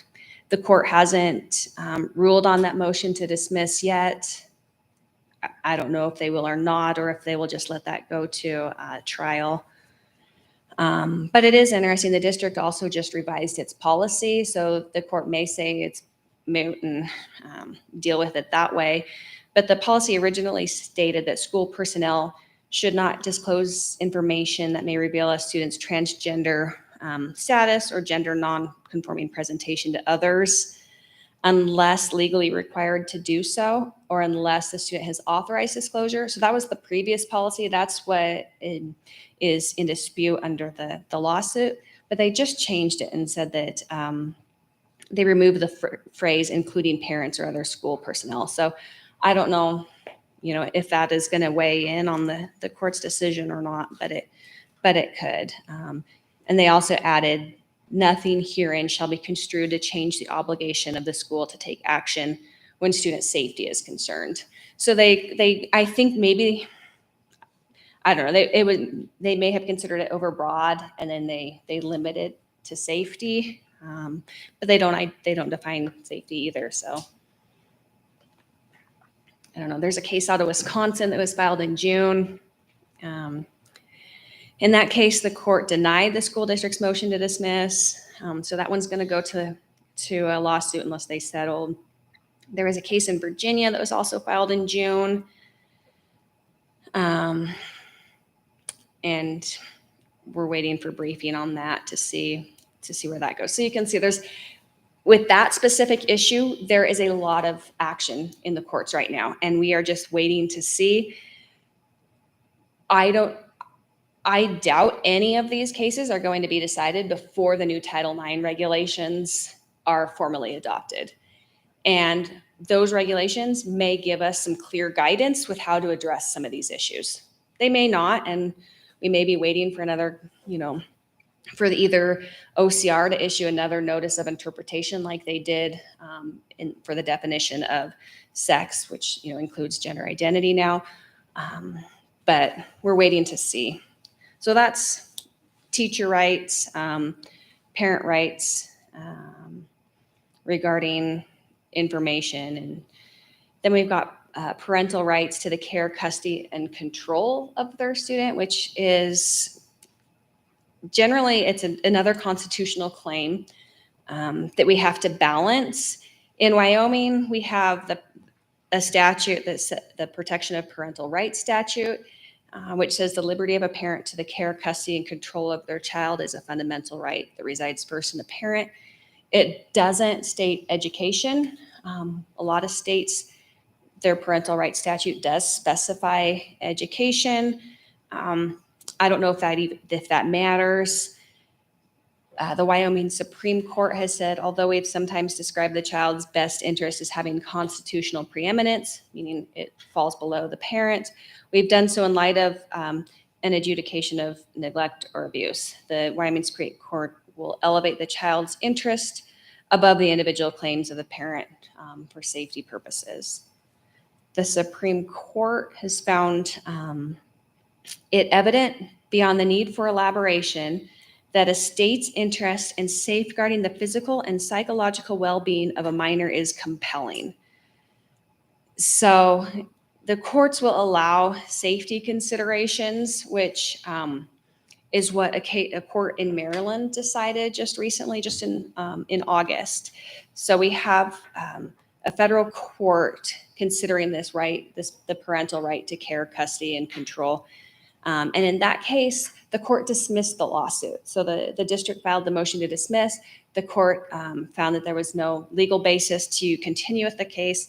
So they dismissed the lawsuit, which was brought by a group of parents against a school district that alleged the district guidelines. It wasn't an actual formally adopted policy, but the guidelines providing support and resources to transgender and gender non-conforming students. The parent said it violates the parents' constitutional rights to direct the care, custody, education, and control of their children. The court said they went through a long explanation of why the parents' arguments weren't persuasive in that case, but ultimately they said that the plaintiffs they were trying to take it to the extreme, and that's not the way the guidelines were written. The guidelines were meant to be implemented on a case-by-case basis. They encouraged family involvement. They encouraged a gender support plan, and it said that family involvement is preferred and encouraged unless a student indicates that their family is not supportive of their gender identity. Again, it said the parents they based their argument on a selective reading of the policy. It wasn't a one-size-fits-all type of thing there that they were applying. So the court dismissed it and dismissed the parents' claims. So it's hard to, really see that they're going to go one way or the other. But in the Maryland case, they said that safety is a legitimate concern and a reason to withhold. We've got the Wyoming Supreme Court and the U.S. Supreme Court saying that, safety is a state interest in, safeguarding physical and the psychological well-being of a minor. So there is plenty of case law to support those decisions. So I don't know. In summary, there's a lot of rights that the district is balancing. There's some pretty settled case law and agency guidance for some. And on the other hand, we're watching to see what happens. So we know that it's well settled that misgendering an employee or a student is sexual harassment. I mean, there's a long history of case law there. And the trend seems to be that courts are going to uphold the district's action in requiring teachers to use that student's chosen name or pronoun. even if it violates the teacher's religious beliefs, and especially if there isn't a reasonable way to accommodate those religious beliefs, like we saw with the teacher who couldn't just use the last names in his classroom. So, we also see that the courts will put students' rights to safety over parents' rights to control child's upbringing, to receive that knowledge and information. And we'll have to wait and see how the trend is applied regarding those parent communication policies. But if they're going to follow the same approach that we see with the transgender, to uphold and to avoid the sexual harassment piece, it's going to come down to accommodation. So we'll wait and see where that shakes out. And there really isn't a black and white rule, and that's what your procedures and policies. You don't have a black and white rule. Your policies just parrot the Civil Rights Act and the civil rights laws. And I can give you legal advice in executive session or a follow-up summary on a legal analysis of your procedures if that's what you want. But at least that's what we're seeing as far as policies. As far as the current regulations, we don't know what those are going to be yet. They have changed some of the reporting procedures, but ultimately, the district's policy has always been to follow the law. So if Title IX, if they change the law, we follow the law. We don't violate that, and you would adopt it within whatever time period they give you to adopt it. Last time they gave you 3 months, and they said that because we were in the middle of a global pandemic, that was generous. So I don't know how much time they will give you this time, but we'll see. We don't have guidance from OCR, from the Department of Education, regarding athletics or facilities yet. They have said that they will be coming out with guidance. We haven't seen it yet. We're watching for that. So, as far as that goes, it's wait and see. Once we know, then we can address those type of questions. But I see two things. Okay, is it fair to say the student's safety, both physical and or emotional, is paramount? And secondly, on a case-by-case basis? Yeah, I think that's a fair summary. A lot more succinct than I was. So, yes. I'm not, legal counsel by any means, but to me, that's what it sounds like it boils down to, is that the student's safety is paramount. And, the fact that it's a case-by-case basis. Yeah. So every situation can be just that little bit different, that there's a different approach that has to be taken. Yeah, I think until we have a court that says otherwise, that's where they're going, and that's what we have. So I think that's fair to say. Any other questions?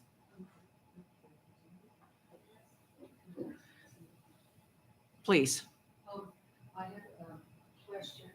You said the case that was decided by the Supreme Court, as far as it's considered harassment, to use the wrong pronoun, was that the U.S. Supreme Court or state Supreme Court? It was unclear on that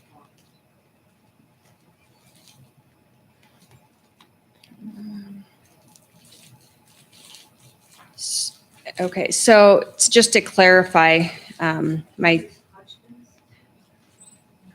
there's Bostock v. Clayton County. That was the U.S. Supreme Court case I mentioned that decided that the definition of discrimination on the basis of sex included sexual orientation and transgender status.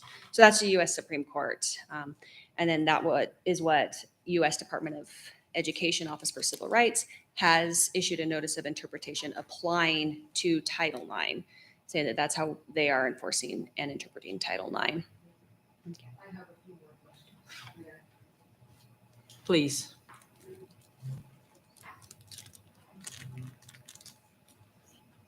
While your lawyer was speaking, it brought up some other questions in my mind. It sounds as if, okay, number one, I don't have my questions answered yet. So I don't know how the district is approaching these things. I'm just hearing court case backgrounds. It's a case-by-case basis. What does that mean? When a situation arises, administration will deal with it, keeping the law in mind, following the law, and trying to accommodate whatever the needs are. Now, when you address student safety, does that mean that the parents will not be told if a student is having gender confusion? If the student expresses a fear of telling of what might happen if their parents are told, the district, from my interpretation, is bound to keep the students, shall we say, whatever the student wants is paramount. So has the district required teachers to keep this information from parents? Mrs. McGovern, I think what we've been doing is referring those cases to administration. So can you tell me how the district is handling these situations? Are teachers contracted or expected to keep that information from parents?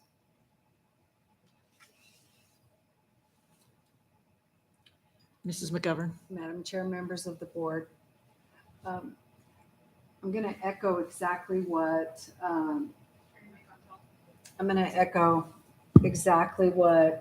Mrs. Moneyhan had mentioned. At no time do we want to put our teachers in a difficult situation, but it is important as employees of a public school system that we do adhere to the law and that we do provide a safe and secure environment that is conducive to learning for each and every student. And so we want to work together with our parents. We want to keep them informed, and that usually occurs most of the time. There are some situations that, and again, it is on a case-by-case basis, but if there is a fear from the student, if there are extenuating circumstances that the school is aware of, we will honor the privacy of the student.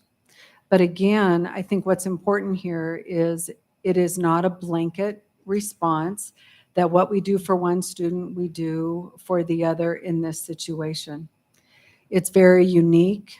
The student needs are very different. And the best thing that we can do is surround our teachers with the tools of how to handle those situations. And when they're asked those questions, that they need to work with their administrator. We have not asked our teachers to go out on a limb to make those decisions solely on their own. And we haven't asked our principals to do so either. So when those situations come forward, they bring them to the administrator, and the building administrator works with us at the central office. So I wish I could give you this certain answer for every single time.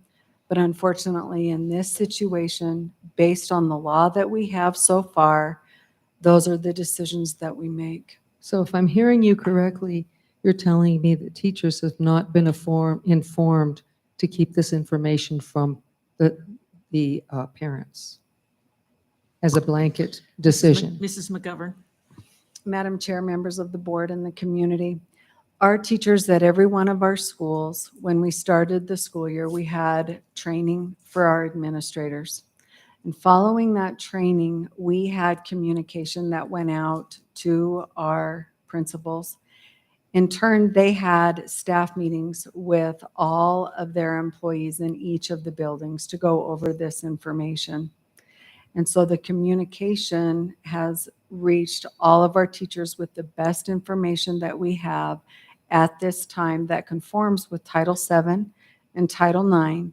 And our policies for discrimination include sex discrimination and also Office of Civil Rights to the best that we can at this time. If more information comes forward, then the district will be happy to take a look at those regulations and then align what we do to those.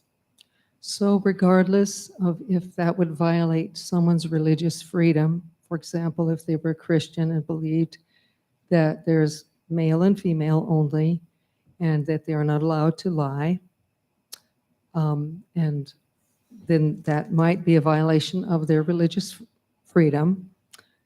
And if the board or district is demanding that a teacher violate their religious rights in calling somebody something that they're not, or their conscience,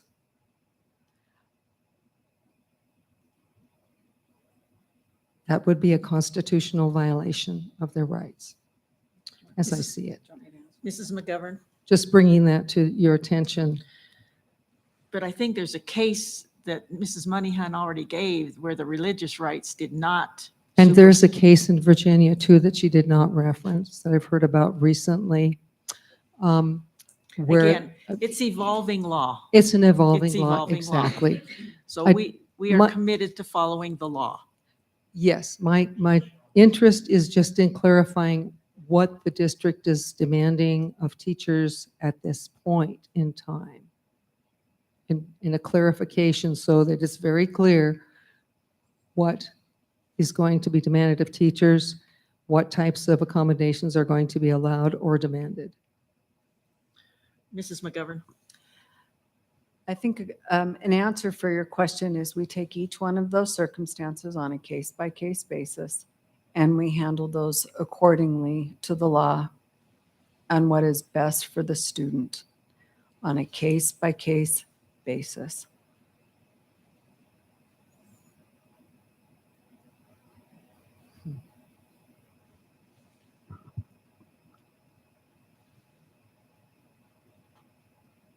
Is there anything in the contract that a teacher would be signing that might go against their constitutional religious rights of freedom or freedom of speech?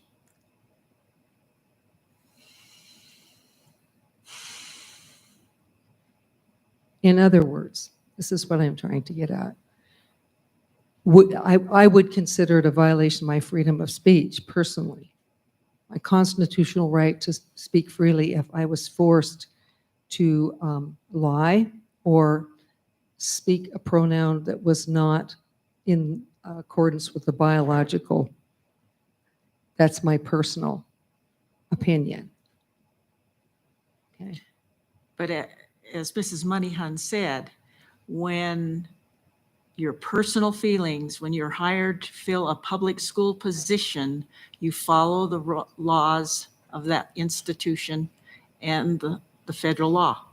I guess my question is, can the school district put into place something that violates constitutional rights?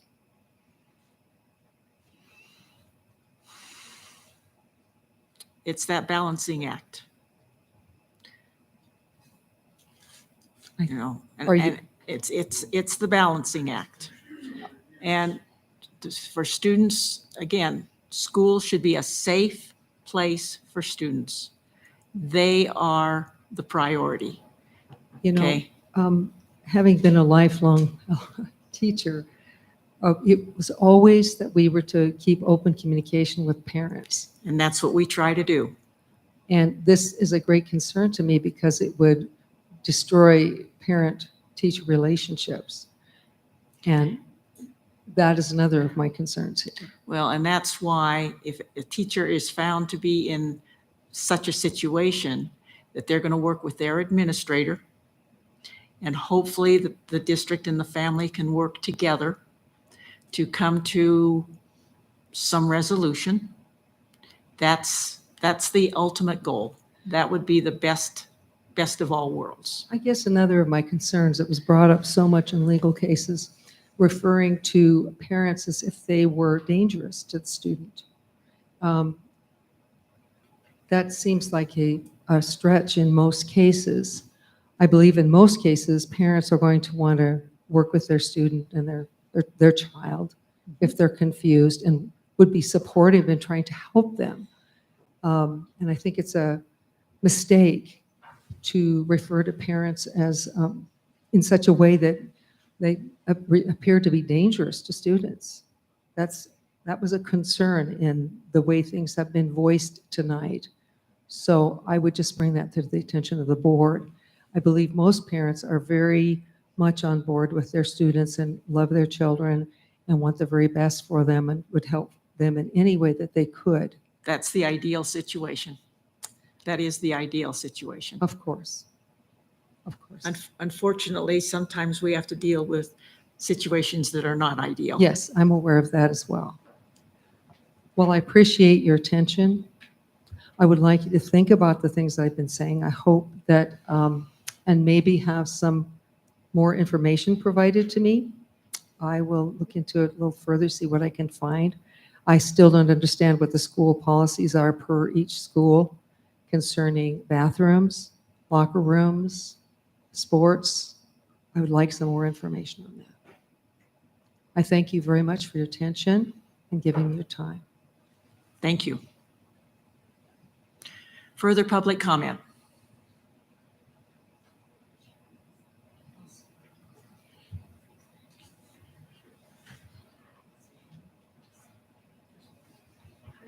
My name's Ashley. I'm a parent, and I had an issue a few weeks ago with my son being kicked off the bus because there wasn't enough room, because there wasn't enough buses to accommodate all the kids that needed to be bused to school. Yes, that has been settled and my son was able to get on a bus, but what about all those other kids that are not able to be on a bus, that live outside the boundary that would allow them to be bused to school? And like for parents that are single parents that have nobody else to transport their children, and because they have to go to work at 4 or 5 o'clock in the morning, I'm just wondering, is there something being done about that?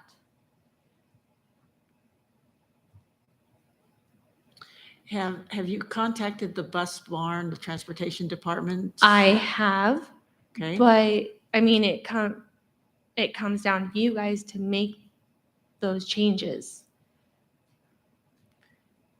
As I was told, it falls onto the school board.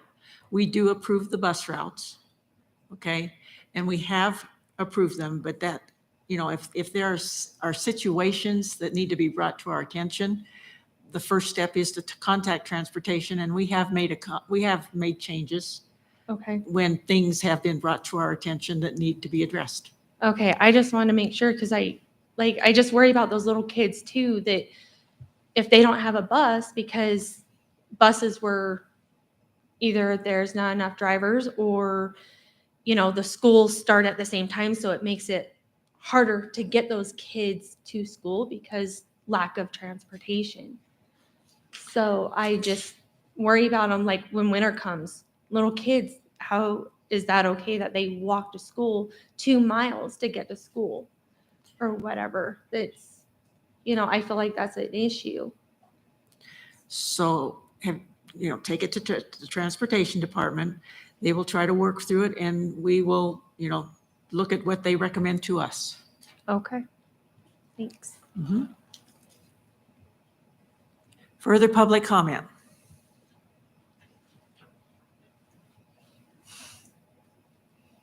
Madam Chair, Superintendent, members of the board, just want to give you guys a brief update. We've had some questions about some of the projects that I'm currently involved in, and I wanted to make sure that some of the questions came from the public concerning playground equipment.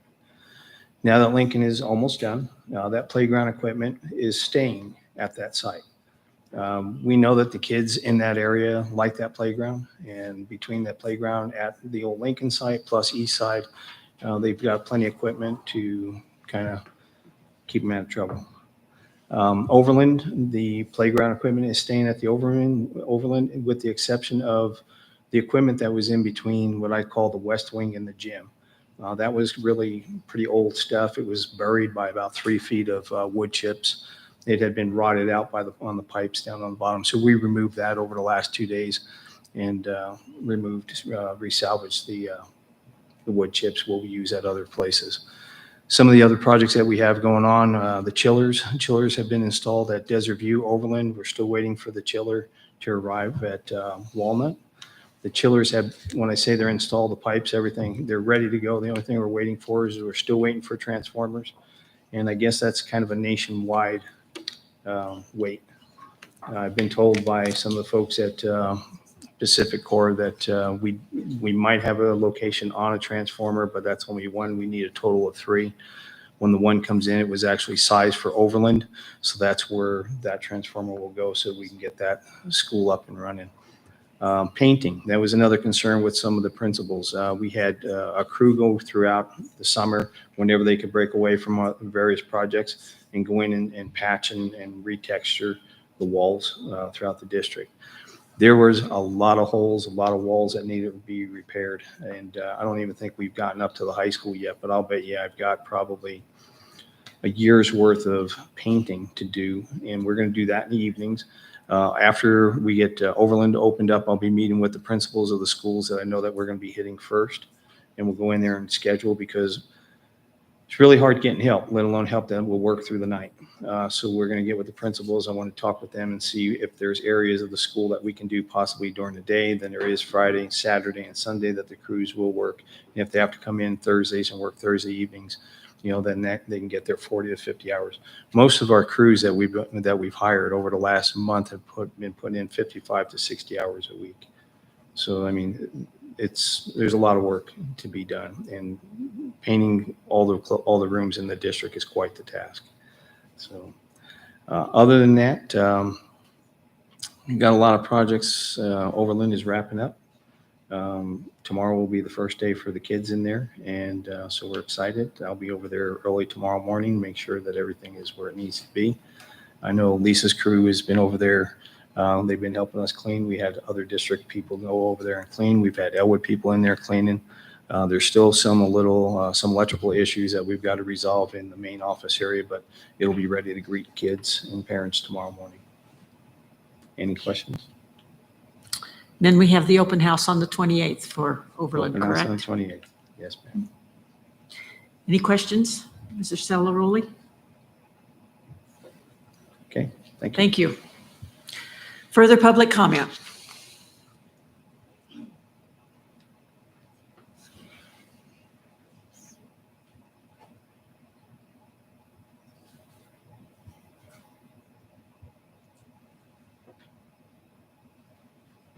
Sean Willie.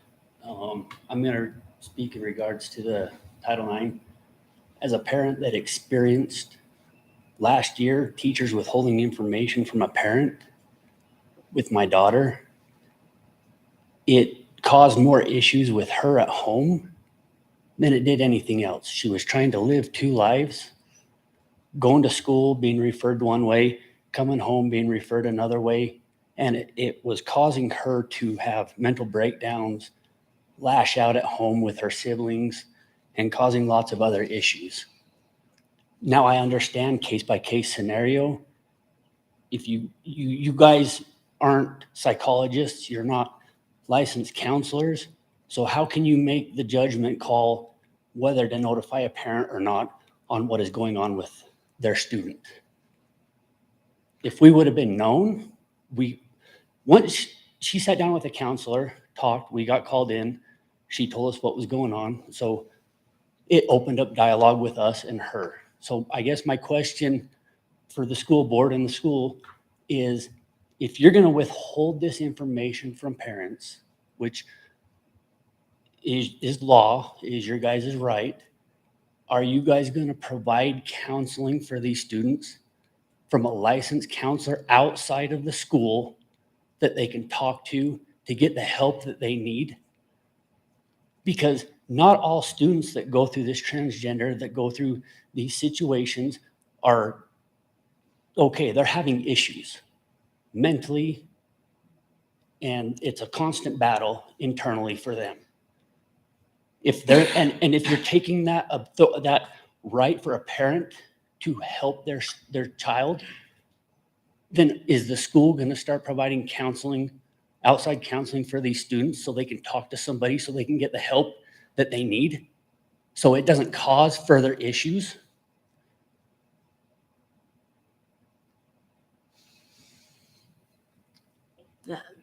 That would be the process as I understand it, when the assessment is made, that there could be counselors involved, school counselors involved, but trying to work with families. And I don't know that your circumstances, and I'm probably generalizing too much here, but the preferred way would be to work with the student and the families to try to resolve. I was told over a dozen times it was for the health and safety of my child.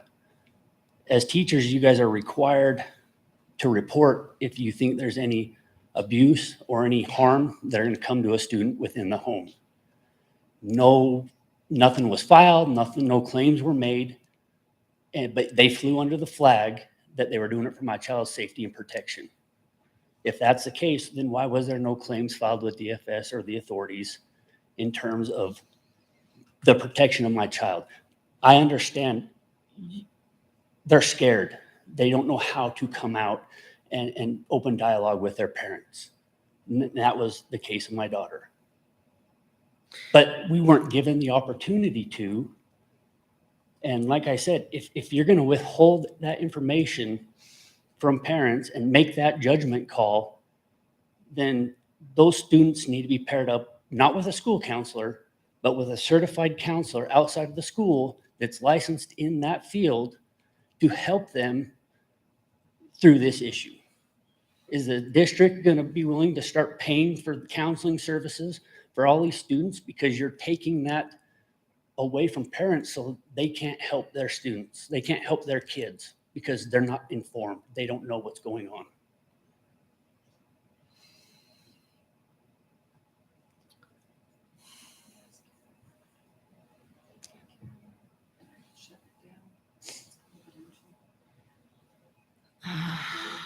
It's like, this is a delicate subject.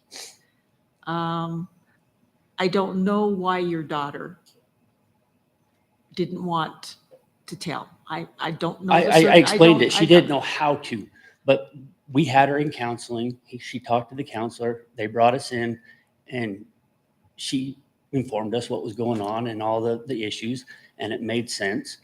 What I'm saying is, you're not informing the parents. These kids need counseling. If you guys are taking the role of taking that away from parents and acting as parents, thinking that you can withhold information, then they need to be provided with counsel. They should be provided with counsel going through these transitions, going through these issues. And if the parents don't know about it, how are they going to get that help? And what I'm suggesting is working with the student and trying to help them realize that maybe their parents could be a support to them if they knew, and that is the preferred way to go. I can't speak to your specific situation. I don't know why you were not involved. Because she was scared, so she told her teachers, I want to be called this, but don't tell my parents. And they're like, okay. Mrs. McGovern? Chair Jellicoe, members of the board, Sean. In this case, we have school counselors and social workers that can help, but we can also connect with some outside resources for that. But to guarantee that whether the district would pay or not, I think your situation, and I would caution the board, on the confidentiality, I know Sean is open to discussing their situation, but I would advise the board not to do that out of confidentiality. But I can answer for you about the school and the social work, and we can connect to outside resources. But more than that, Sean, please know, out of respect and confidentiality, I would highly recommend not to discuss anymore.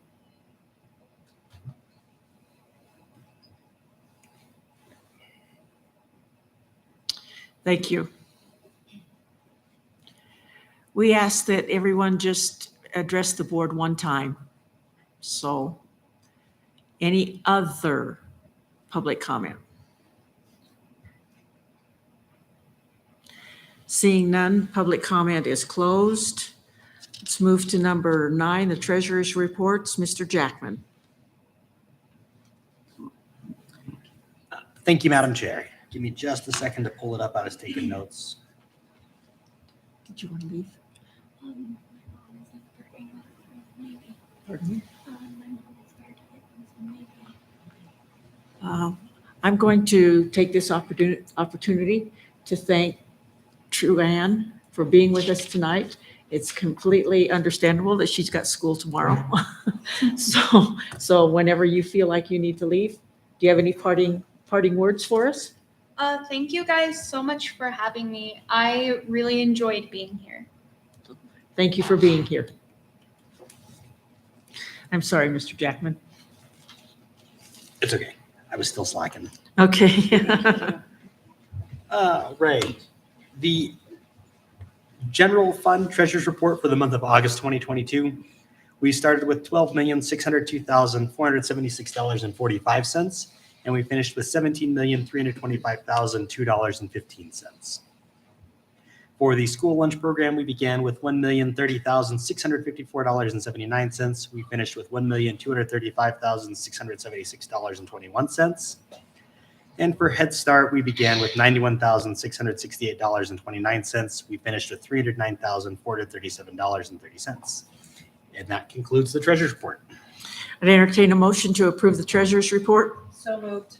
It's been moved by Mrs. Summers. Is there a second? Second. Second by Mrs. Thompson. All in favor, please say aye. Aye. Aye. Opposed, nay. Motion passes. Warrants. Mr. Jackman. Thank you, Madam Chair.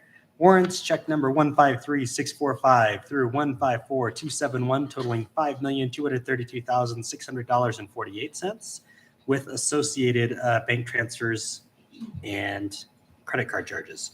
I do have one conflict to declare, number 153848. And that concludes the warrants. Okay, is there a motion to approve the district warrants and approve their release? So moved. Moved by Mrs. Thompson. Is there a second? Second. Second by Mrs. Summers. All in favor, please say aye. Aye. Aye. Aye. Opposed, nay. Motion passes. Moving on to the consent agenda. 11A, approval of the minutes from the August 8th, 2022 board workshop. 11B, approval of the minutes from the August 8th, 2022 regular meeting. C, approval of the minutes from the August 8th, 2022 executive session. 11D, approval of the purchase of letters, materials, and professional development. 11E, curriculum, approval of the purchase of Nucella for materials and professional development. F, curriculum, approval of the renewal and purchase of Imagine Learning online licenses. 11G, curriculum, approval of the purchase of Pocket Talk two-way translation devices. H, curriculum, approval of the purchase of EL newcomer materials. I, curriculum, approval of the purchase of library materials.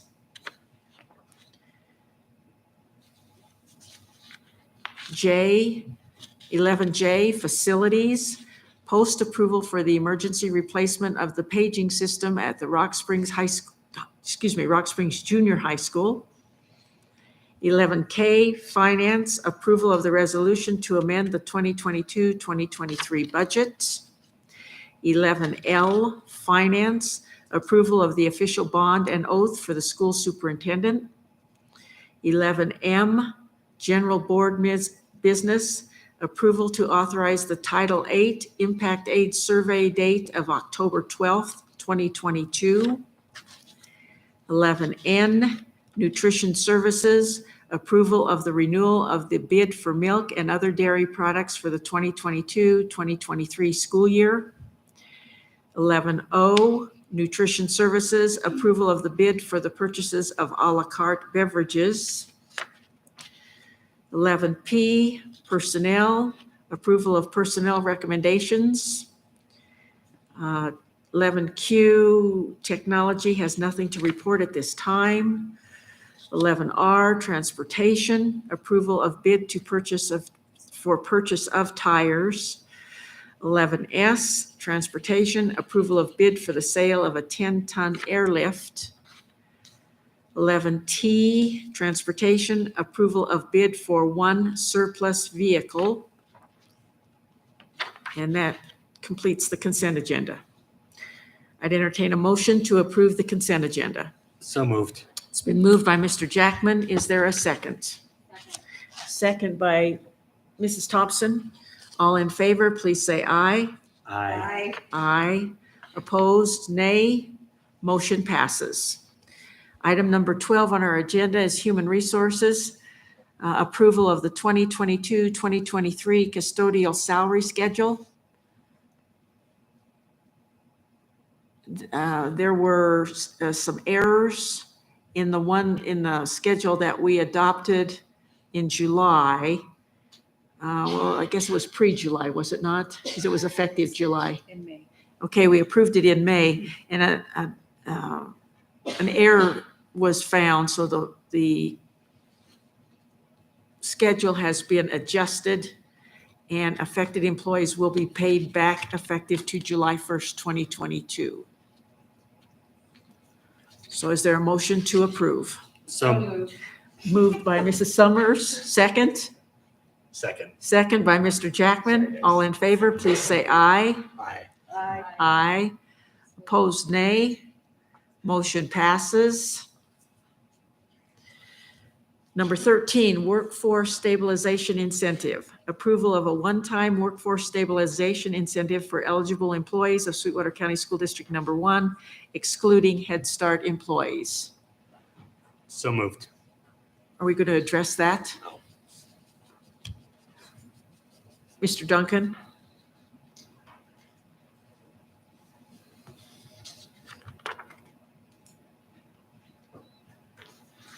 Yes, Madam Chair, members of the board, Superintendent McGovern, this item before you is for the staff of Sweetwater 1 excluding Head Start, and that's because Head Start is addressed in the next board action item.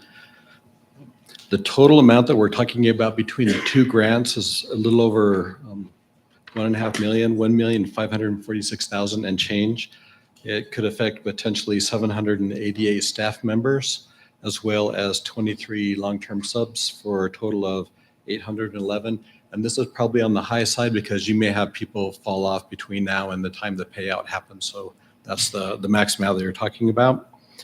To be eligible for this, you need to be full-time or part-time as of August 26th, have completed your first day of employment on or before that same date, and also worked through January 19th, 2023 without a break in service.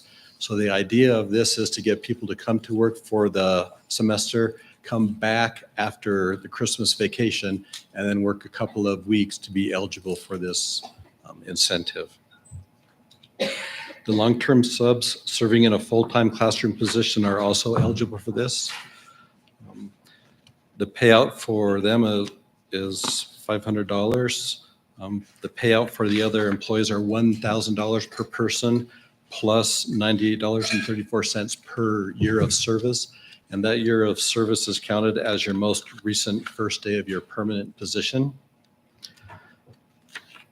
For contracted staffing, substitutes not serving, and the long-term subs mentioned above. Coaches and sponsors not serving in a full-time or part-time employee, and temporary employees are not eligible for this incentive. Thank you. Mr. Jackman, I think you moved it. Yes. Okay, is there a second? Second. Second by Mrs. Summers. All in favor, please say aye. Aye. Aye. Opposed, nay. Motion passes. And item number 14 is the workforce stabilization incentive for Head Start. Approval of a one-time workforce stabilization incentive for eligible employees of Sweetwater County School District Number 1, Head Start. Mr. Duncan. Sure, I can take this, and then if I can answer any questions, Lisa, maybe you can help me out. This is for the Head Start employees. The total payout for their grant, and it's a single grant, is that true? Yes, is $72,933, and this will affect 25 people. It's the same eligibility criteria with needing to be full-time or part-time as of August 26th, have your first day of work on or before that same date, and also work through January 19th, 2023 without a break in service. The payout is based on $3,110 for full-time employees and $2,110 for part-time employees, and Head Start substitutes are not eligible for this incentive. Any questions? I entertain a motion to approve. So moved. It's been moved by Mrs. Thompson. Is there a second? Second. Second by Mrs. Summers. All in favor, please say aye. Aye. Opposed, nay. Motion passes. Item number 16, board information. Policy IDA, temporary virtual days policy.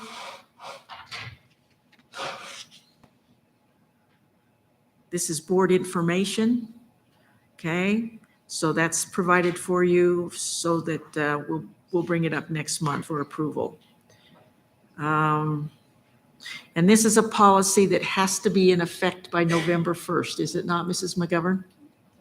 That's why it's being brought up kind of on an emergency basis, because the state is requiring it to be approved by November 1st. So that's why it's coming to us as board information and action next month. The board self-evaluation. You will recall that we had talked to Dr. Kessler to schedule a meeting next Thursday, September 22nd, to do the board workshop with him. He called, we talked to him last week, and he's not going to be able to meet that date. So you can take that one off your calendar and put Tuesday, October 25th on your calendar, that he will be available back at that time. So we will be looking at the board self-evaluation and how we can, and I will have some materials for you next month to take a look at that he provided me with. So we'll do that next month. Item 18, the book study, discussion of chapters 7 and 8. Anyone want to start with that briefly?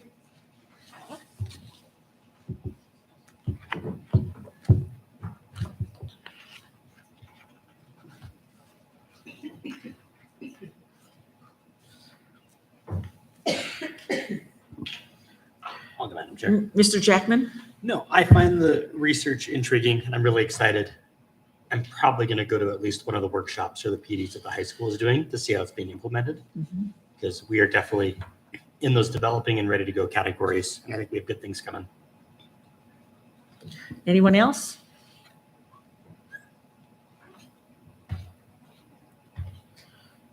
Madam Chair. Mrs. Thompson? I guess one thing that I kind of knew about, but I'm not sure others do, was that they were talking about different distractions such as noise or poor lighting can really impact student learning. And I think that's something that often gets overlooked. So I thought that was interesting that that was included in there. Anyone else? I will say I thought it was particularly interesting where they were talking about the learner becoming part of the process. and how important that is for maximum learning to take place.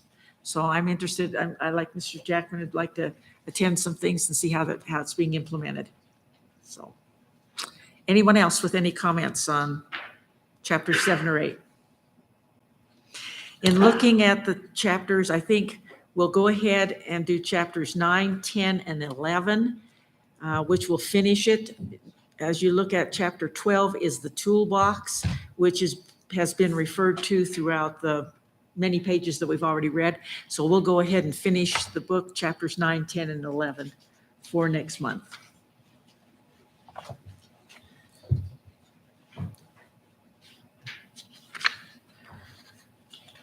Good of the order. Anyone with anything to comment with good of the order?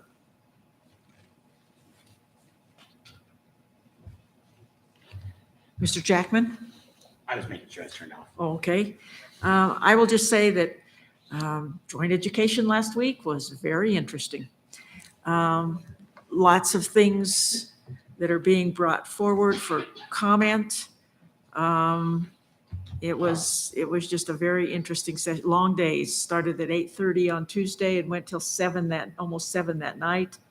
And again, 8:30 the next morning until 5:30 when they adjourned. So there's a number of topics that are on their calendar for discussion. So, okay, new business. One other good of the order, and I think Glenn is gone, but I was able to attend the Hall of Fame banquet last Saturday, and it was a very fun event, and I think those people there really appreciate the fact of them being honored. They look at that as a real honor to be, taken into the Hall of Fame. So it's a real honor for them. Item number 20, new business. 20A, the vacancy notice as of September 6, 2022. And 20B, August 2022, Head Start Governing Board and Policy Council monthly report. Item number 21, an executive session. I'd entertain a motion to go into executive session. So moved. It's been moved by Mr. Jackman. Is there a second? Second by Mrs. Summers. All in favor, please say aye. Aye. Aye. Opposed, nay. Motion passes. The executive session will be for the discussion of legal and personnel matters, and there will be action upon our return.